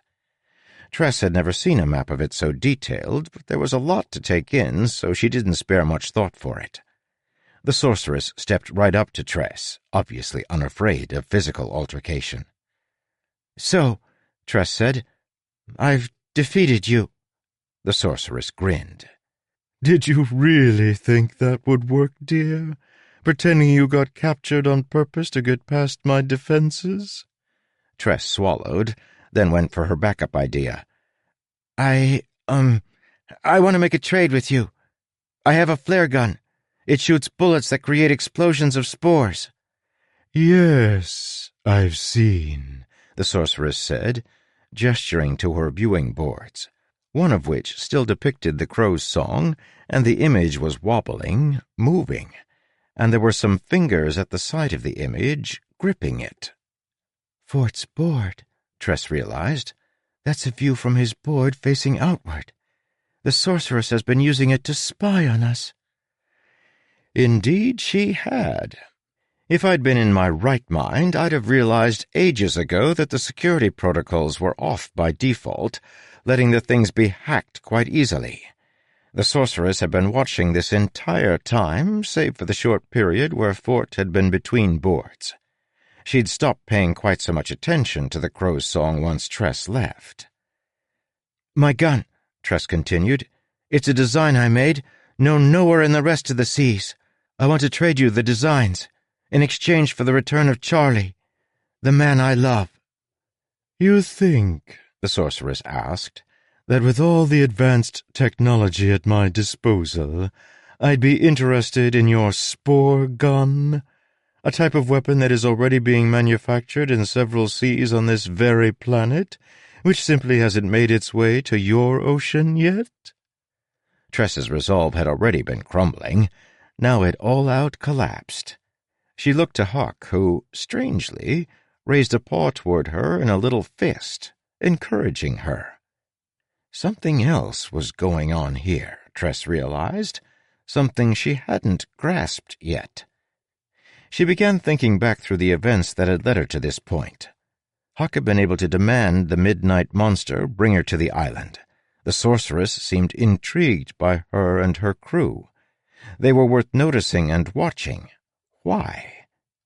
Hoyt, Tress thought. Hoyt can defeat her. She's been watching him. So how did Huck fit into this? And why was the sorceress chatting with Tress instead of locking her away?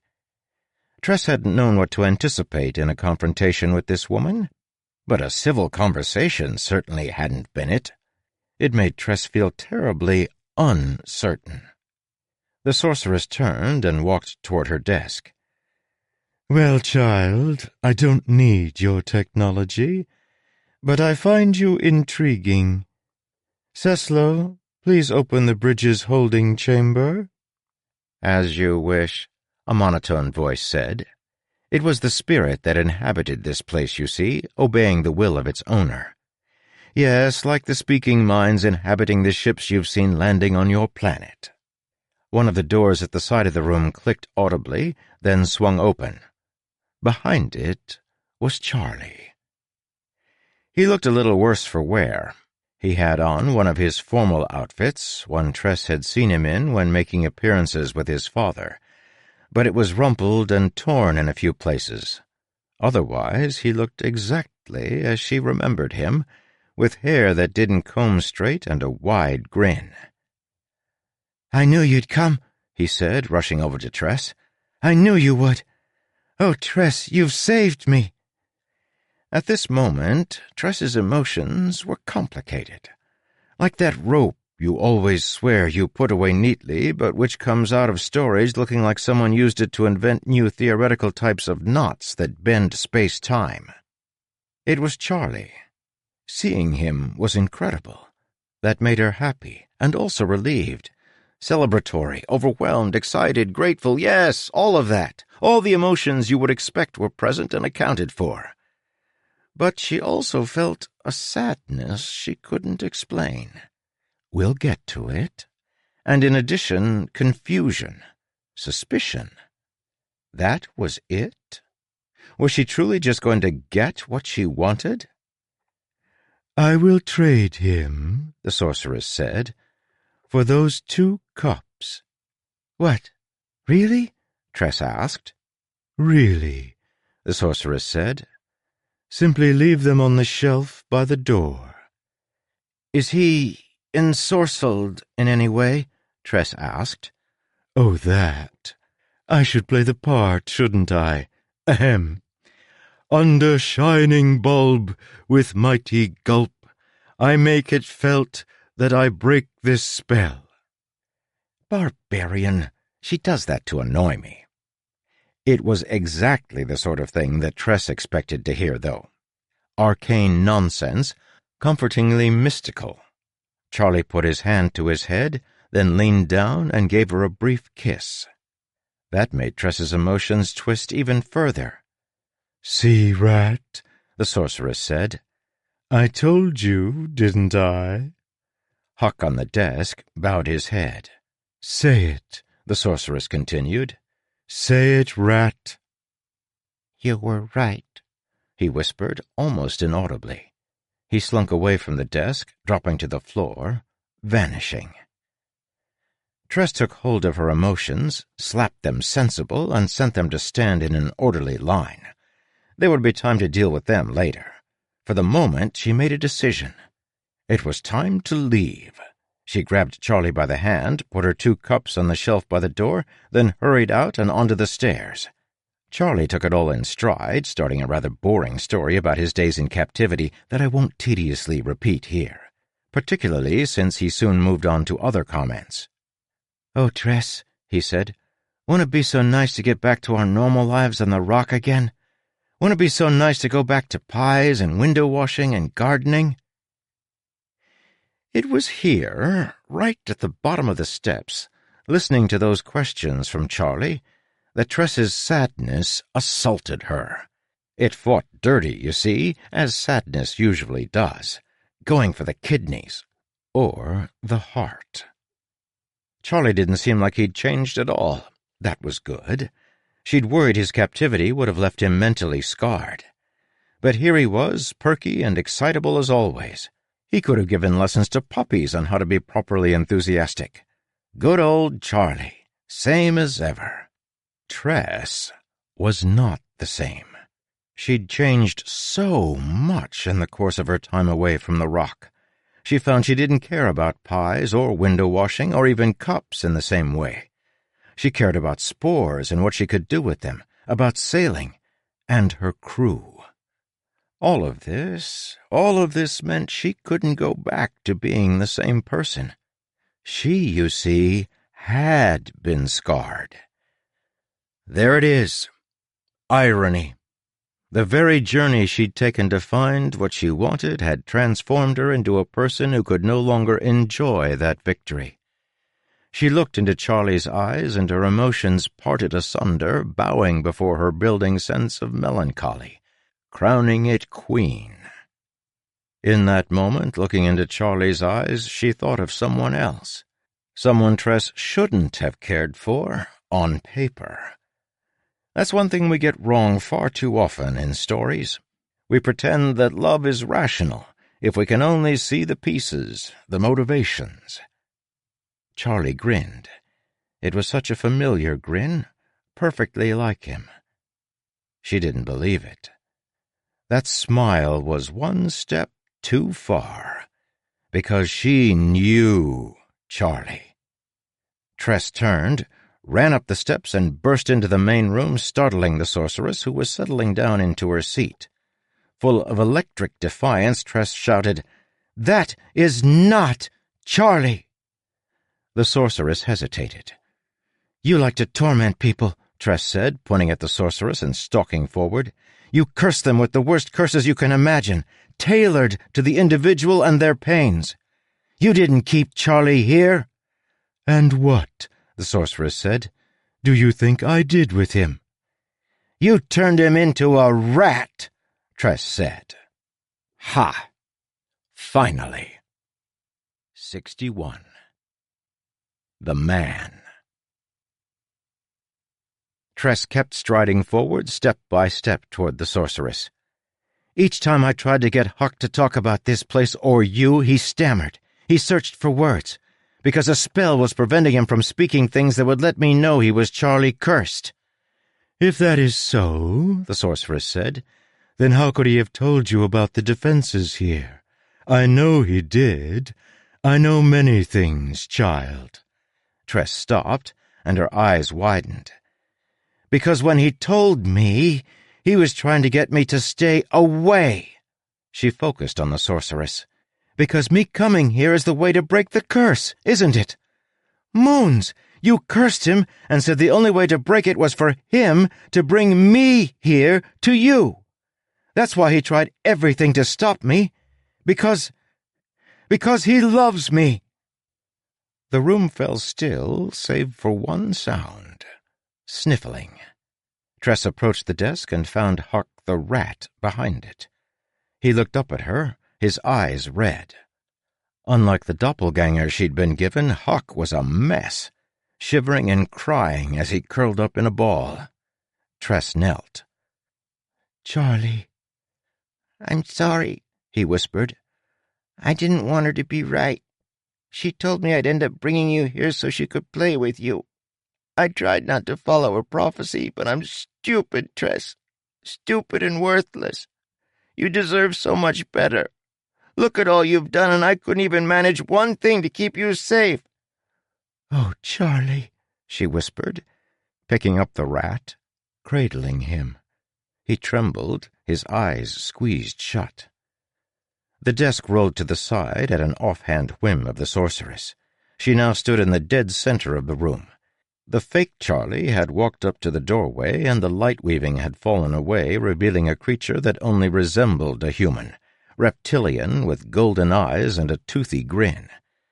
My best guess is that she wanted to plant someone on the crow's song to deal with me more permanently.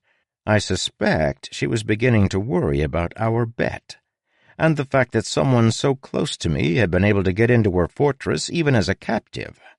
The sorceress showed none of these emotions. Instead, she tossed aside her amiable air.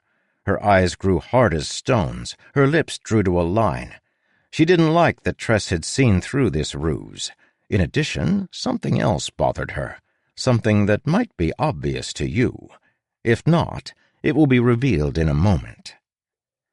Tress was oblivious as she cradled Charlie the rat. He'd indeed tried to tell her several times. When he couldn't say his name was Charlie, he'd tried Chuck. But the curse had only let Huck come out. "Charlie," Tress whispered, "you sent me cups." He looked at her. "That was a lifetime ago, Tress." "I love them, particularly the one with the butterfly on the sea. Like us, Charlie, soaring over places we never thought to go. And the one made of pewter. Like us, Charlie, stronger and more straightforward than we have a right to be." "She has us, though," he said. "Because of me, she has us both. She told me the only way to be free was to bring her the person I loved, then give them to her to curse. She said she'd make me watch. Moons, it was excruciating watching you sail ever closer. I should have tossed myself overboard, then you'd have never learned how to get in." He trailed off as she held him up before her, meeting his eyes. "Charlie," she whispered, "I want this. You remember what you told me before we parted?" "Always," he whispered. "Always what you want." "I want this," she said, "to be with you." He met her eyes and found in them strength enough for two. Then his head cocked.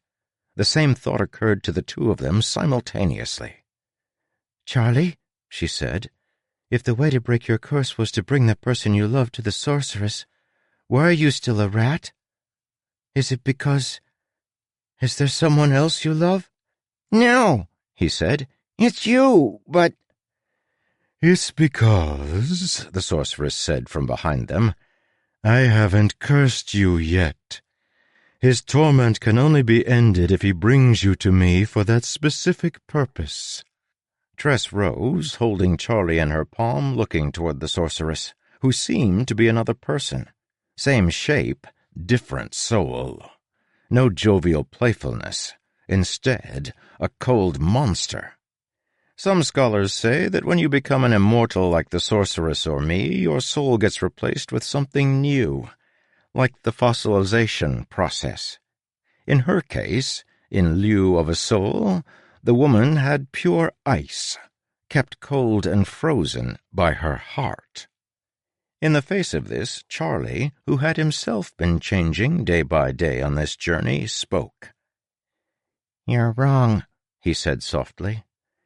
"I'm still a rat and will remain one, because for my curse to be broken I have to bring her to your home in trade for my freedom. I realized on the way in that I haven't done that. I brought her, sorceress, but not in trade, not to get cursed. I brought her to defeat you." "Remarkable," the sorceress said. "I didn't give you the intelligence of a rat, but it seems you've adopted it willingly. I can't be defeated by—" A red light appeared on her desk. Several other lights appeared on the wall. Then several more. The sorceress spun, surprised, commanding the soul of her building to show her what had tripped her alarms. A large screen appeared in the air beside one wall, depicting a ship crashing through the seething midnight spores. As I said, she hadn't been paying enough attention. If she had, she would have seen this coming. Because the crow's song had arrived. 62. The Hunter. How? Let's jump back a day, to the crew who had been waiting for Tress's safe return. A dog posted on duty high atop the mainmast had been able to see, through a spyglass, when Tress was taken. He'd scampered down to explain. This put the crew in a bind. What did they do? They couldn't give chase through the midnight sea, could they? The very monsters that had taken Tress would claim them as well. They perhaps should have turned and tried to escape through the crimson to safer spores. It was what Tress had said she wanted. Instead, they'd held an emergency meeting, and a solution had been offered by Fort. It was a chance for him to claim the title of the greatest hunter his people had ever known, a chance to hunt monsters made from midnight spores. The others had listened to his plan, then gone to the Dugs to propose it. The crew had voted unanimously in favor, save for Laggart. So they'd sailed the midnight sea. 15 minutes in, the first midnight monsters had appeared. 3 of them slithered up on deck, completely impervious to normal weapons, looking for warm bodies and blood to feast upon, for liquid, for water, for death. Instead, they found a large man standing at the center of the deck, surrounded by barrels of water, each with a keg of spores suspended above it by a rope. "Welcome," he wrote to the 3 monsters, with Anne saying the words out loud in case the creatures couldn't read. "I have quite the deal for you today." The things slithered forward, making for him. In turn, Fort moved to cut one of the kegs free. "Careful," he warned as Dugs moved to do likewise. "We'll feed all this water to these other spores, leaving none for you unless you take care." The midnight monsters stopped. They didn't need the words, as they could sense what a person was saying or meaning. Their essence reached out to people seeking the Luhel bond. And so what Fort said registered on some level with them. They communicated with one another by wiggling tentacles, and Fort, well, he understood. Not because he knew another sign language, but because of that same bond. They did want the water, but there were sources of blood on the ship, and that would do as well. "Warning," he said, gesturing to the rest of the crew who had gathered with guns at the back of the ship. "If you don't stop, they're going to throw themselves overboard and feed their water to the spores. Other spores. Not you. This finally got through to the creatures. It was a conundrum. So much water, but if they weren't careful, it would all go to someone else. Fort rammed his hand into one of the barrels of water, then made signs with the other, signs the creatures understood because of the bond. I can feed you all of this, he said. All for you three. How? They signed back. What will it take to be able to eat and drink and thrive and drink and drink and drink? Protect us, Fort said, as we sail farther into the sea here. As I said, there's a flaw in using self-aware magical creatures as guards. This process was efficient, allowing the sorceress to send them out in large numbers, although she couldn't spare much attention for them. But midnight aethers are insatiable, and their inherent nature is to trade, to do a human's bidding in exchange for water and form. That left them highly susceptible to someone who understood the mechanics of the magic and had a mind for a good trade. And thus, using the coordinates on the map that Tress had gotten out of me, the crow's song arrived at the island only half an hour after Tress had, ready to rescue their captain. It provided the exact distraction Tress needed in the moment, because the sorceress, reorienting to these new arrivals, needed to awaken her defenses. She began shouting orders, for the moment ignoring Tress and Charlie. "They came for me," Tress said. "Those beautiful fools. They should have stayed away." "Like you should have stayed away," Charlie said, "instead of coming for me?" Tress looked at him sitting in her palm, tears in her eyes, and the avalanche started to tremble. She realized that she was the fool, not for coming to save Charlie, but for trying to keep others from following their own hearts in the same way. "We have to do something," she whispered. "I need to warn them about the rocks under the spores. There has to be a way to talk to them." Both of them looked at the sorceress's desk, in particular the magical board that displayed the image from Fort's similar one. Then, as the sorceress was waking up her armies, Tress and Charlie grabbed the board and stared at it, trying to figure out how to operate it. Charlie said. "Board? Can you please let us talk to the people you're showing us?" "Video conferencing engaged," the board said, happy to be of service. Fort, who had been holding the board, stood up from his chair. He'd spent the entire night drinking water and feeding it, via the bond, to the three monsters. So he was both tired and feeling a little odd, as he'd been able to drink multiple barrels worth, but didn't feel full. Still, their arrival had made him alert, and he'd sent the midnight monsters, now fully under his control by the strengthening of the bond, swimming away to fight others that had tried to get onto the ship. His always won those fights, of course, having far more water to build new body parts from the spores around them if wounded. Regardless, he had a moment of peace, and could cock his head, frowning, as the back of his board, which used to display words for him, now showed Tress and the rat huddled up close to the camera on their side. "Fort?" Tress asked. "Can you see us?" The words scrolled across the screen, obscuring the view a little. "I can," he typed, the words appearing underneath theirs, but from the other side. He waved to the others, and in a moment Anne and Soleil had joined him. Even I huddled up with them, curious. "Captain?" Soleil asked. "Captain, are you well?" "We're in the tower," Tress whispered. "How did you survive the spores?" "No, never mind that now. Explain later. Soleil, you need to watch out. The sea here is full of rocks under the spores. They're extremely treacherous." "I'll watch for those," Soleil said. "Thank you." "You shouldn't have come here," Tress said. "If you try to sail through those rocks, you'll sink." The three of them frowned. Then Soleil asked simply, "Do you order us to turn around?" Did she? Could she? Dared she? In that moment, the decision was made. The rock tipped, and the avalanche of change that had been building in Tress started tumbling down. "No," Tress whispered. "Please help me." The three of them grinned. I scratched my head. because something about the place where Tress was standing, visible behind her, was familiar to me. "We'll do it," Soleil said. "We're coming."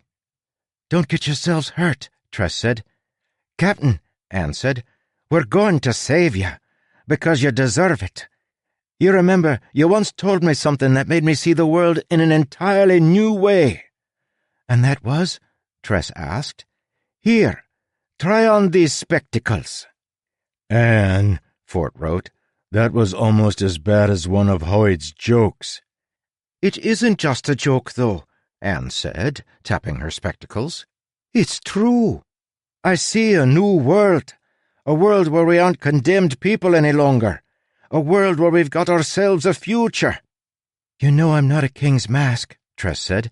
"I can't get him to pardon us." "We'll find another way," Anne said, looking to the others who nodded. "Because once we saunter up to the sorceress herself and get away, well, I figure after we do that, we'll be able to do anything." The three of them nodded to her, and she felt overwhelmed by their loyalty, by her own, at long last, willingness to accept help, by— Wait.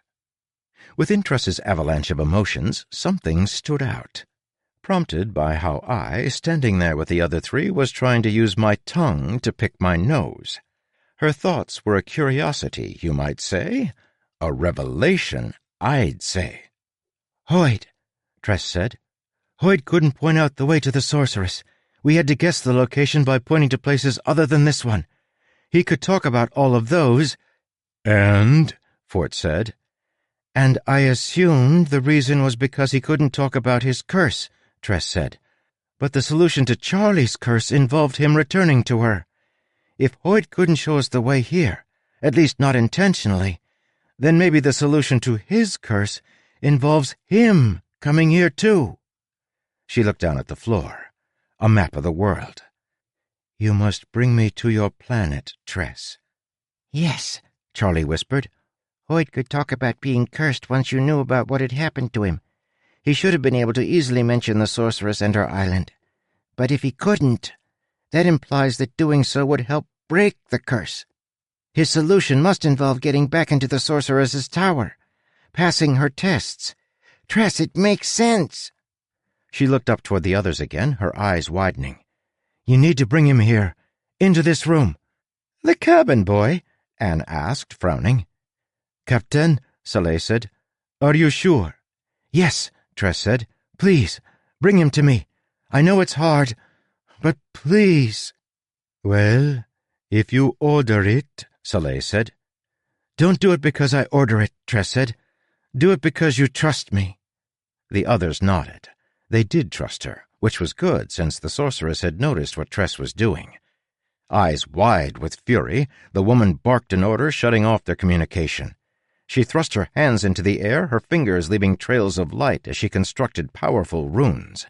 As she finished them with a flourish, a blast of light erupted from them and crossed the room, slamming Tress back against the wall and holding her there. A crash and a clank sounded as 2 cups tumbled free of their perches. The one with the butterfly shattered. The other bounced, gaining a new dent. The sorceress turned back to mobilizing her armies. Charlie, who had been dropped as Tress slammed into the wall, picked himself up and scampered over to her, climbing her clothing. He tried to nibble at the lines of light to free her. It worked about as poorly as you might imagine. "Charlie," Tress whispered. He looked up at her, frustrated that glowing lines of light could be so strong. I'm sorry, Tress. You can't rely on me. I'm useless. I'm failing again. "Charlie," she said, "there's something I've been meaning to tell you. I wish I'd said it earlier, so I'm going to say it now, although it's probably a terrible time for it.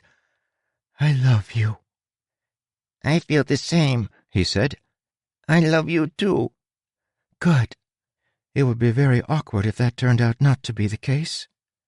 She struggled, then looked over at the crow's song on the screen, sailing toward the island. "Please, Charlie, I hate to impose, but if they fight through the defenses, they'll never get into the tower to rescue us." Realization hit him. I can open the door for them, Tress. I can do that." "If it's not too much trouble," she said. Yes, she'd changed. But even big events change us only a little at a time, and she was still Tress. Charlie looked toward the room's open door leading to the steps down to the outer door, where the sorceress's cat was prowling. "It might be too frightening for Huck the rat," he said, "but I think perhaps Charlie the gardener is made of something stronger." He nuzzled up against Tress's cheek. "Thank you," he said, softer, "for coming to get me. I wish I could have told you earlier." Then he leaped down to begin his quest. 63. The Pilot. The sorceress was not angry, not yet. Not even frightened, not yet. She was mostly annoyed, and admittedly a little worried. She had thought I was handled. When I'd started across the Crimson, she'd watched not because she was afraid I'd actually reach her tower, but because she enjoyed seeing me inconvenienced. She thought maybe I'd get sent to the bottom of the ocean, and she figured that would be a delight to watch. Now, somehow, here I was. Surely I couldn't get past her defenses, not on a common boat. Yet she hadn't thought I'd pass the Crimson, or sail the Midnight. She now assumed I had somehow, despite my enormous hindrances, been behind the ship's survival of those dangers. She didn't realize that my true advantage has never been my uncommon intellect. It's been my ability to find the right people and stick close to them. Right then I clung to the side of the Crow's Song, up on the quarterdeck near the helmswoman's station. I had stolen Huck's tiny pirate hat, thinking he didn't deserve it, which, strictly speaking, was wrong. Can you really be mad at a pirate for stabbing you in the back? It looked much worse on me, so of course I wore it clipped in place. I was grinning wildly, wind in my hair, eyes wide, because I figured they might dry out that way, and then I could stop blinking. Soleil spun the ship's wheel. She shouted orders to the Dugs, who worked their magic on the sails. The sorceress was extremely confident in her defenses, certain that no one could sail the passage between the rocks to her island. She hadn't counted on a woman like Soleil, sailing with her father's final letter in her pocket, knowing that if she died on this sea he would remain imprisoned by his debts forever. A woman who had just discovered a renewed purpose in life, a woman who had taken a bet on Tress and had earned the lives of the crew in return. A woman who would not back down when the lives of her friends were at stake. Pray you meet such a woman at least once in your life. Then pray you get out of her way quickly enough. She held the wheel as wood groaned, her will against that of the spores, and steered the ship past stones. Unblinking. I was impressed by that part. "Why?" Anne said, holding the banister and walking up the steps toward me. "Hoid, why does Tress have this strange idea that you can be saving her?" "Probably," I shouted over the rush of wind and spore, "because I just realized I should take up painting, and the sorceress will be scared of my talent." "You are so aggravating," Anne said. "Nonsense," I replied. "Your cabin, Anne, feels like it could use something to spruce it up. Or if trees won't fit, maybe some paintings of dogs wearing hats. Oh!" I looked at her, my eyes wild as a spray of black spores crashed up beside me while the ship navigated a near-impossible curve. "Oh, I've just had the best idea. I could paint the pictures on velvet." "Why in the name of the verdant moon's own backside would you do something like that?" "To give them texture when you lick them, obviously," I said. "Really, you should think about things more before you ask stupid questions, Anne." And she should have known better. She might not have been asking a stupid question, but asking a question of stupid is nearly as futile. Soleil was so far into her zone of focus she didn't hear the conversation. Back in the tower, the sorceress paused to watch as the ship slipped among the rocks, drawing ever closer. A sailing ship is a strange thing to control. I'm sure some of you know. You often don't steer so much as ride the waves, winds, and currents. You need speed to maneuver, but motion is always both your enemy and your ally all at once. Too little, and you can't complete your turns. Too much, and you end up kissing the rocks. That day, though, the ship appeared to obey neither wave nor wind, spore nor shoal. The ship obeyed Saleh, and for a short transcendent moment we seemed not on a ship at all. We rode upon her willpower made manifest, dodging rocks by inches, leaning so far to the sides at times I thought for sure we'd capsize. She had an instinct for where those rocks were based on how the spores churned, and she did it all with eyes straight forward, focused on her goal. To the sorceress's astonishment, we broke through the rocks into the island's small bay. She shook her head, moving from annoyance to genuine concern. Behind her, Lacey, the cat, screeched and pounced, causing the worried Charlie to retreat into the room. He tried to race down the stairs again, but was chased back. The sorceress gave another order, and her group of metal men marched forward, ready for battle. They surely would put an end to this farce. They'd always been her most secure form of defense. "Cannon master," Saleh said on the ship. "Prepare arms." That meant Anne. She hurried to the front of the ship to her cannon. It was her chance at last, to prove herself one way or another, a bespectacled spectacle. She'd been practicing these last few days, enough to be worried. She didn't seem to be supernaturally bad at aiming any longer, but that didn't mean she was good. She was really, really worried about that, and about how, despite years of dreaming of this day, everything suddenly came down to her. On the shore, the metal men marched in ranks, responding immediately to the sorceress's orders. The color of burnished brass, each one 7 feet tall and carrying a spear with a glistening tip, they were an intimidating sight. Their instructions, carefully conveyed by the sorceress when breathing life into them, were complex, careful, and meticulous. They were far better servants than the scouts made from midnight essence. While they were on duty, they would form a barrier to prevent any kind of landing. Even from the deck, wet firing rod in hand, Anne could see why the king's forces had never had any luck against them. Musket balls would bounce off them, and cannon balls, well, those might knock one of the creatures down and leave a dent, but they'd be up again soon after. Tress's designs, though, they would work. Anne's hand trembled anyway as she rammed the firing stick into the cannon and launched a cannonball. The metal men didn't flinch, in part because the cannonball went wide, smashing through a tree, bouncing along the stones, then vanishing into the spores in the near distance. Sweating profusely from the stress, Anne loaded another cannonball. She didn't turn around and look at the crew. She knew what they were thinking. It wasn't only eyesight that had been Anne's problem. Something else was wrong with her. And she was right. But it wasn't bad luck or some mystical curse. It was something far more mundane but equally pernicious. Anne didn't miss just because she had poor eyesight. She missed because of momentum. There's an opposite force in life to the avalanche Tress was feeling. There's always an opposition, you see. A push for every pull, an old adversary of mine always says.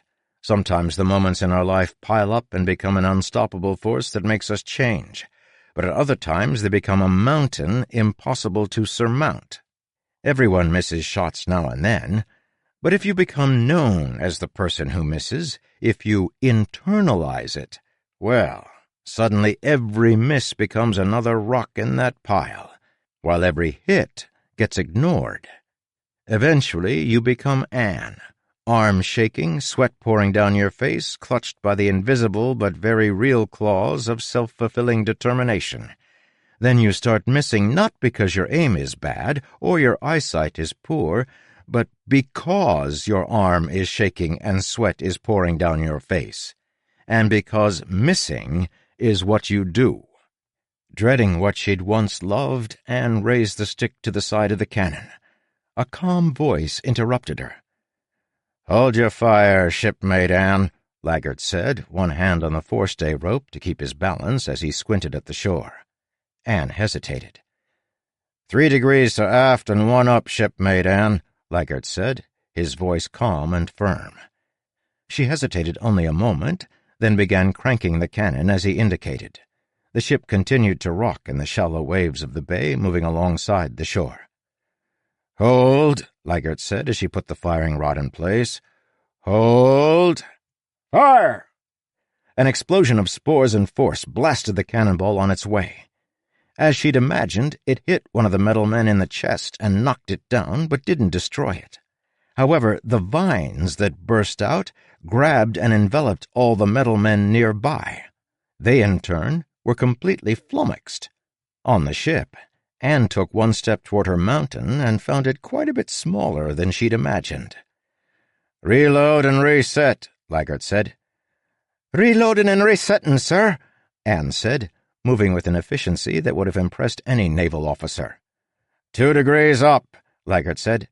2 degrees up, she said, and 1 to port. Aye, Leigert said, surprised, and 1 to port. Now hold, fire, Anne said at the exact same moment he did. This shot flew true as well, catching another group of metal men. "Reloading and resetting, sir," Anne cried before he could give the order. She had the next blast off in quick succession. She looked to him, breathing quickly. "Damn fine shooting," Leigert said with a nod. "Damn fine, Assistant Cannon Master." And standing there on the summit of her mountain, Anne wondered at how tiny it suddenly seemed. 64. The Hero. Back in the tower, Tress was still a captive. It was humiliating, yes, but somehow also gratifying, in that this was what she had expected to happen. From the moment she'd launched from the rock, she'd anticipated grand failure. She had gone not because she'd assumed she would succeed, but because something had to be done. And though many things had gone wrong on her quest, she'd somehow always managed to make them go right, too. She had found her repeated success almost uncomfortably consistent. In the same way that if you keep rolling sixes, you start to worry that something is wrong with the dice. Failing here, getting captured, being immobilized, and unable to help? Well, she wasn't happy about it, but a part of her was relieved. It had finally happened, as it should have. She wasn't a king's mask or a pirate. She was a window washer, with hair that really needed to be pulled back into its tail because she could barely see through it at the moment. Unfortunately, the sorceress's bonds had locked her hands in those glowing bands of light pressed to the wall. Through her hair, she was able to watch the sorceress's annoyance as the cannons completely immobilized her troops. This wasn't supposed to happen. She had designed the men to withstand cannon fire. She'd designed them to be unstoppable. They could march right out into the ocean and even had grappling hooks that let them climb aboard ships, often spearing them from underneath first, puncturing the hulls. They were impervious to basically every weapon available to a pre-industrial culture. Fearsome, destructive, deadly. They didn't know what to do about vines, though. Even a semi-self-aware construct like an awakened soldier relies on its instructions. They're far more versatile than something running on a traditional computer program, but they're also not fully alive. And these, confronted by vines holding them down, were baffled. Their instructions told them not to be afraid of weapons brandished by interlopers, so they kept trying to march forward. The cannonballs continued to explode around them, causing more vines to spring out.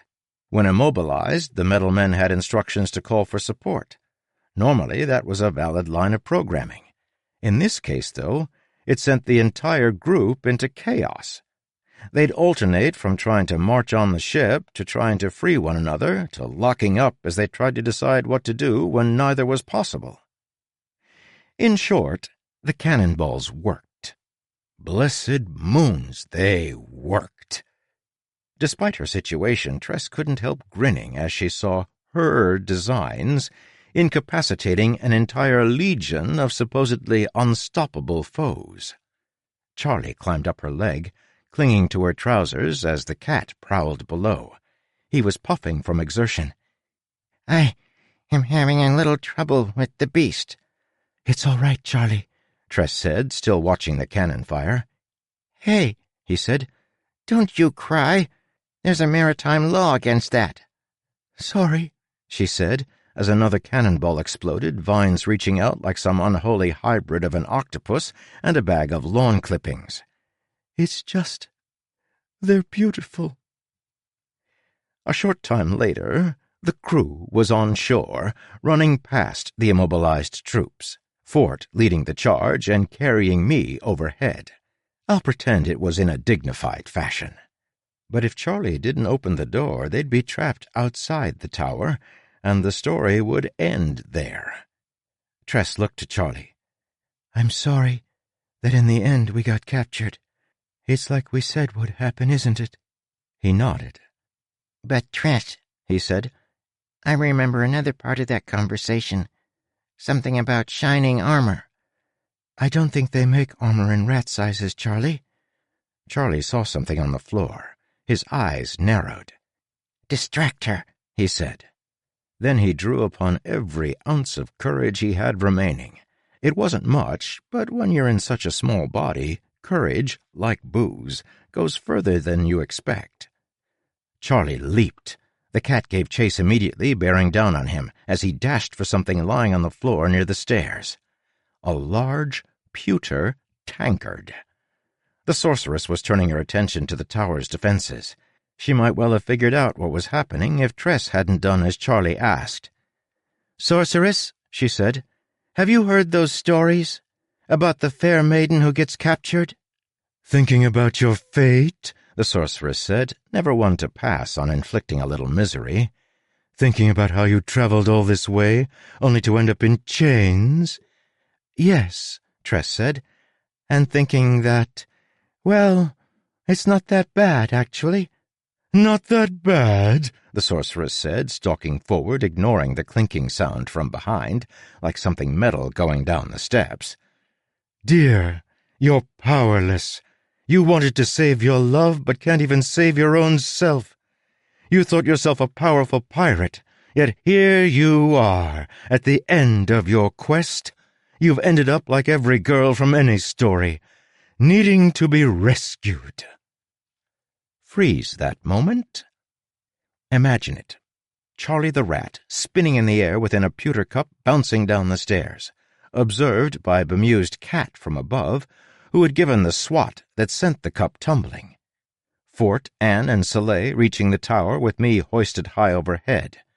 Tress, bound by glowing bonds, held to the wall, confident. "Those stories always leave something out," Tress said. "It's really not a problem that someone needs to be saved. Everyone needs help. It's hard to be the person who makes trouble, but the thing is, everyone makes trouble. How would we help anyone if nobody ever needed help?" "And you?" the sorceress asked, starting to draw runes in the air. "You're going to have quite the curse, I'll tell you. I've been saving this one for a special occasion. You will spend the next several decades in misery, child." Down below, a tiny voice echoed up from the hallway. "Magic door, please open." "The part the stories leave out," Tress said as the sorceress's runes formed into a vibrant wall, "is everything that comes before.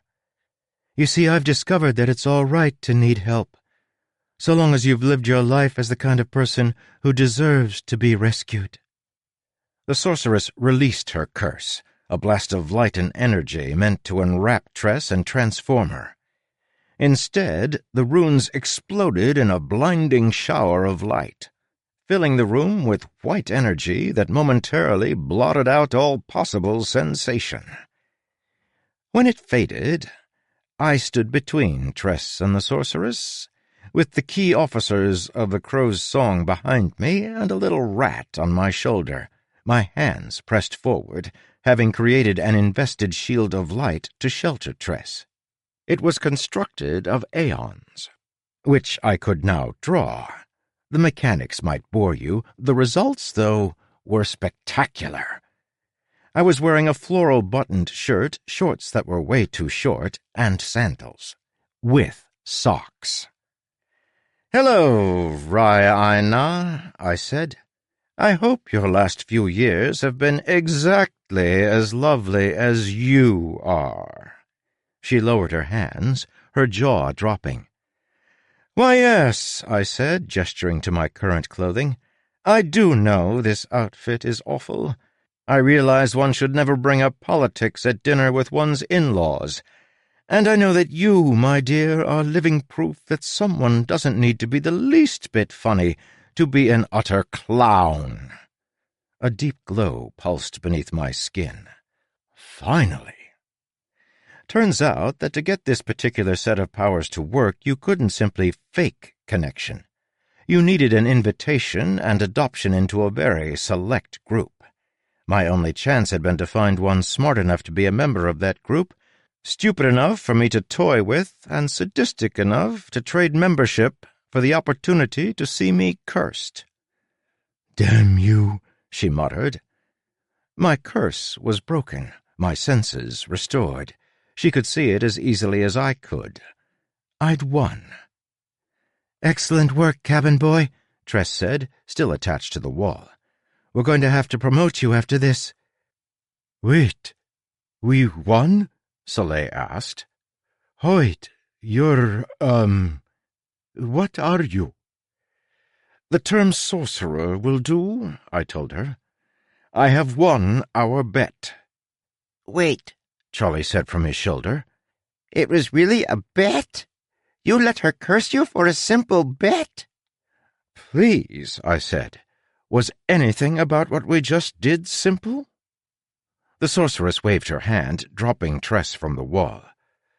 "Go," she said, "before I change my mind." Fort helped Tress as she stumbled, and she nodded in thanks. Then she turned to the sorceress. "First," she said, "end Charlie's curse." "I can't," the sorceress said. "I can't break a curse unless the terms are met. It's impossible." Tress looked to me. There were ways, but the sorceress probably wasn't capable of them. So I nodded. It was true enough. Tress took a deep breath and looked back at the sorceress, her face becoming like steel. "We're not leaving," Tress said. "You are." "Excuse me," the sorceress snapped. "You've cursed people who only wanted to talk to you," Tress said. "You've taken prisoners, robbed merchants, and destroyed fleets.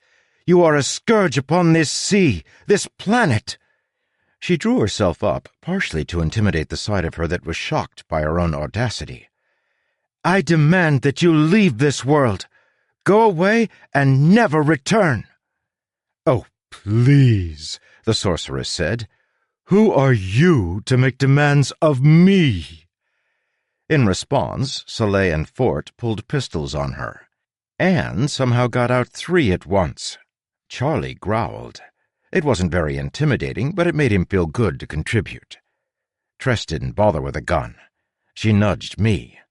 "Cabin boy," she said, "zap her or something." "You're giving me orders?" I said softly. "You're on my crew, aren't you?" she said. At least she had the good graces to blush about it. I sighed, and as ordered, stepped forward and raised my hands. I met the sorceress's eyes and knew what she was thinking. She, like most of her kind, was very good at something we call risk-reward projections. She'd come to this planet because nothing here could threaten her. Then she'd found a dragon living here. Then I'd arrived. She might have been able to beat me, curse me again, but she might not have been able to. Even if the odds were only 1 in 5 that she'd lose, you didn't live long by frequently taking 1 in 5 chances that you'll die. And Ra'ayna had lived a very, very long time. A short time later, we all stood on the deck of the Crow's Song, looking up at a twinkling speck of light as it vanished in the sky. The tower was gone, taking the sorceress with it. I have that effect on people. Stay around too long, and you'll inevitably envy those who have never met me. Behind us, the dogs started to whoop and cheer. Fort rolled out something wonderful to drink, which he'd been saving for such an occasion. Anne decided their cannons needed names, much to Laggart's lamentation. Soleil put her hand to her pocket and the letter from her father, and suffered it all for now. She even let herself enjoy the celebration. Tress stepped up to me, holding Charlie, who was still a rat. "Is there nothing you can do?" she asked. "No way to break the curse?" Both of them looked to me with hope in their eyes. "I can't undo the curse," I said. "Not at my current skill with the arts. No one can." "Oh," Charlie said. "But perhaps," I said, inspecting the runes I could make out surrounding him, "I can change the parameters a little." Epilogue. 5 months later, a ship arrived at the rock that was not a rock. That ship bumped the docks as it slowed on account of its new apprentice helmsman being inexperienced. Soleil's father looked chagrined, but Soleil merely smiled and gave him a few pointers. The ship was not the Crow's song. The crew had decided that a fresh start would help them in their new lives, and besides, the captain had wanted a few extra cabins. So after receiving their pardons, they'd sold the old ship and bought a new one, with a brand new name. The captain soon emerged onto the deck of the Two Cups, sporting a long captain's jacket and a hat with a plume. She made a few hand signs toward the helm, some of the ones Fort had been teaching the crew. Turns out it's handy, for multiple reasons, to be able to communicate with signs on a ship. You can talk to sailors on the rigging or give a direction to the helm without needing to yell over the sounds of the spores or wind. In this case, she congratulated the apprentice helmsman on his first steer into port, bumps notwithstanding. After that, Tress walked to the rail and took a sip from her cup, one with a butterfly which had obviously been glued back together after being shattered into many pieces. The captain didn't mind the breaks. Cups with chips or dings or even cracks had stories. She particularly liked the one this cup told. The dockmaster and dock inspector arrived, and Soleil soon presented them with quite the royal writ, detailing the important nature of this vessel. Single-handedly stopping the sorceress had earned Tress and the crew a tad more than a pardon. Plus, there was the matter of their exclusive ability to trade through the Crimson and Midnight Seas, opening new opportunities with once distant seas. Every person on that ship would, within a few years, become fantastically wealthy. I knew them when they were all just dogs. The king had, of course, insisted that he'd always intended for this to happen, that he'd believed in Charlie and his chosen bride from the beginning. If that sounds like hypocrisy to you, well, we prefer to call it politics. While the dockmaster and inspector were rereading the writ, Charlie finally emerged onto deck, fully human again. The curse had said he needed to bring the person he loved most to the sorceress's home to be cursed in exchange for his freedom. My modifications allowed him instead to bring the person he loved to her home to be versed in exchange for his freedom. A good, sensible, non-slant rhyme. Tress had left their cabin at his request so he could transform in private. Now he strode out, holding the poem he'd written for her, a stupid grin on his face. She loved that one. Also, the only thing he was wearing was a tiny pirate hat. As he stepped up beside her, she leaned in. "Love," she whispered. "Clothing. Humans wear clothing." He looked down. "That is going to take getting used to," he said. Excuse me." Yes, they stayed together. The two of them had both been changed by their journeys, but in complementary ways. Tress remained captain and expert sprouter, while Charlie turned out to be an extremely capable valet and a passable ship's storyteller and musician, a well-versed man indeed. With a few tips, he wasn't so boring after all. "Secretly, I'll tell you that you aren't either," Anyone who tells you otherwise is trying to lower your value. Don't trust them. They know they can't afford you otherwise. The crew began to climb from the ship, excited for some shore leave, even if it was on the Rock. They all made an appearance, except for Laggart, who was currently in the brig for starting a bar fight at the last port. You'll be happy to know that, as I've kept track of the crew over the years, even he has shown some growth. It's beginning to look like, instead of following his family's tradition of being an unpleasant snarl of misery until you get yourself killed, he's on track to do, well, basically anything else. As Charlie was getting dressed, Tress read his poem, The Verse That Broke the Curse. It is only for her. I'm sorry. Once she looked up, she spotted something exhilarating. Her parents were stumbling down toward the docks, her little brother in tow. Tress's mother had spent most nights since she'd left watching the sea for any signs. But even with the eventual letters Tress had been able to send, she hadn't quite believed Tress would return. Neither of them had, until they saw her standing there. Tress strode down onto the dock, then onto the once familiar stone ground, salty and black. Odd how foreign the place felt.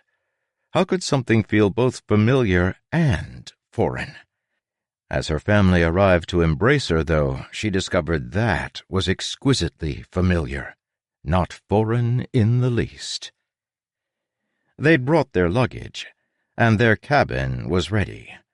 She ushered them toward the ship, but was interrupted as the Duke arrived at last, red-faced, bearing his scowl. He had only one, Tress had decided, for while you needed a smile for every occasion, a scowl needed no variety. "What is this?" he said, slapping the writ in his hand. "What have you done?" I've rescued your son, the real one, not the walking chin with a 6-word vocabulary. "I meant, what have you done to the island?" the Duke said, gesturing at the king's words. "Anyone can leave if they want. The island will soon be completely depopulated." Read the next part, she said, and took a sip of her tea, then walked off, not waiting for him. He had to read it several times to put it together. The king had proclaimed that a generous stipend would be paid to anyone who lived and worked on the Rock for 20 years. If you're so lucky as to get a job on Diggins Point, you'll retire with a sizable nest egg. But be warned, positions there are hard to come by these days. No one wants to leave. The beer is great, the company passable, and the pay? Well, it makes up for the rest. Tress stepped back onto the deck of her ship, meeting a newly beclothed Charlie. She nodded down toward his father on the dock. Want to say hello? No, thank you, Charlie said. Did you leave Mother's letter? The Duchess, it should be noted, had moved away from the island, and more importantly, from her husband, several months before. Turns out that abandoning your only son to certain doom is not a path to a healthy marriage. It's in the stack, Tress said. He'll find it, assuming he bothers to keep reading. Ah, look, he's scowling again. Life is easier for him that way, Charlie said. He only has to maintain one expression. He wrapped his arms around her and put his head on her shoulder. It's going to be annoying to no longer have fur, but the other perks are certainly going to outweigh that loss. I wonder, she said idly, resting her hand on his as he held her, if there's a maritime law against a captain dating her valet. What will people say? They will say, he replied softly, what a lucky, lucky man he is. They didn't stay long, just enough time to gather some supplies and for Tress to give another thanks to those who had helped her escape all those months ago. And then the ship left to sail the ocean with a girl and a rat on board. The rat, it turns out, was not actually a rat, in more ways than one. The girl, you may have discovered, was not actually a girl. She was 7 ways a woman, regardless of her age. The ocean, however, was now as you hopefully imagine it, assuming you imagine it as emerald green, made up of spores, and bearing endless possibilities. The end.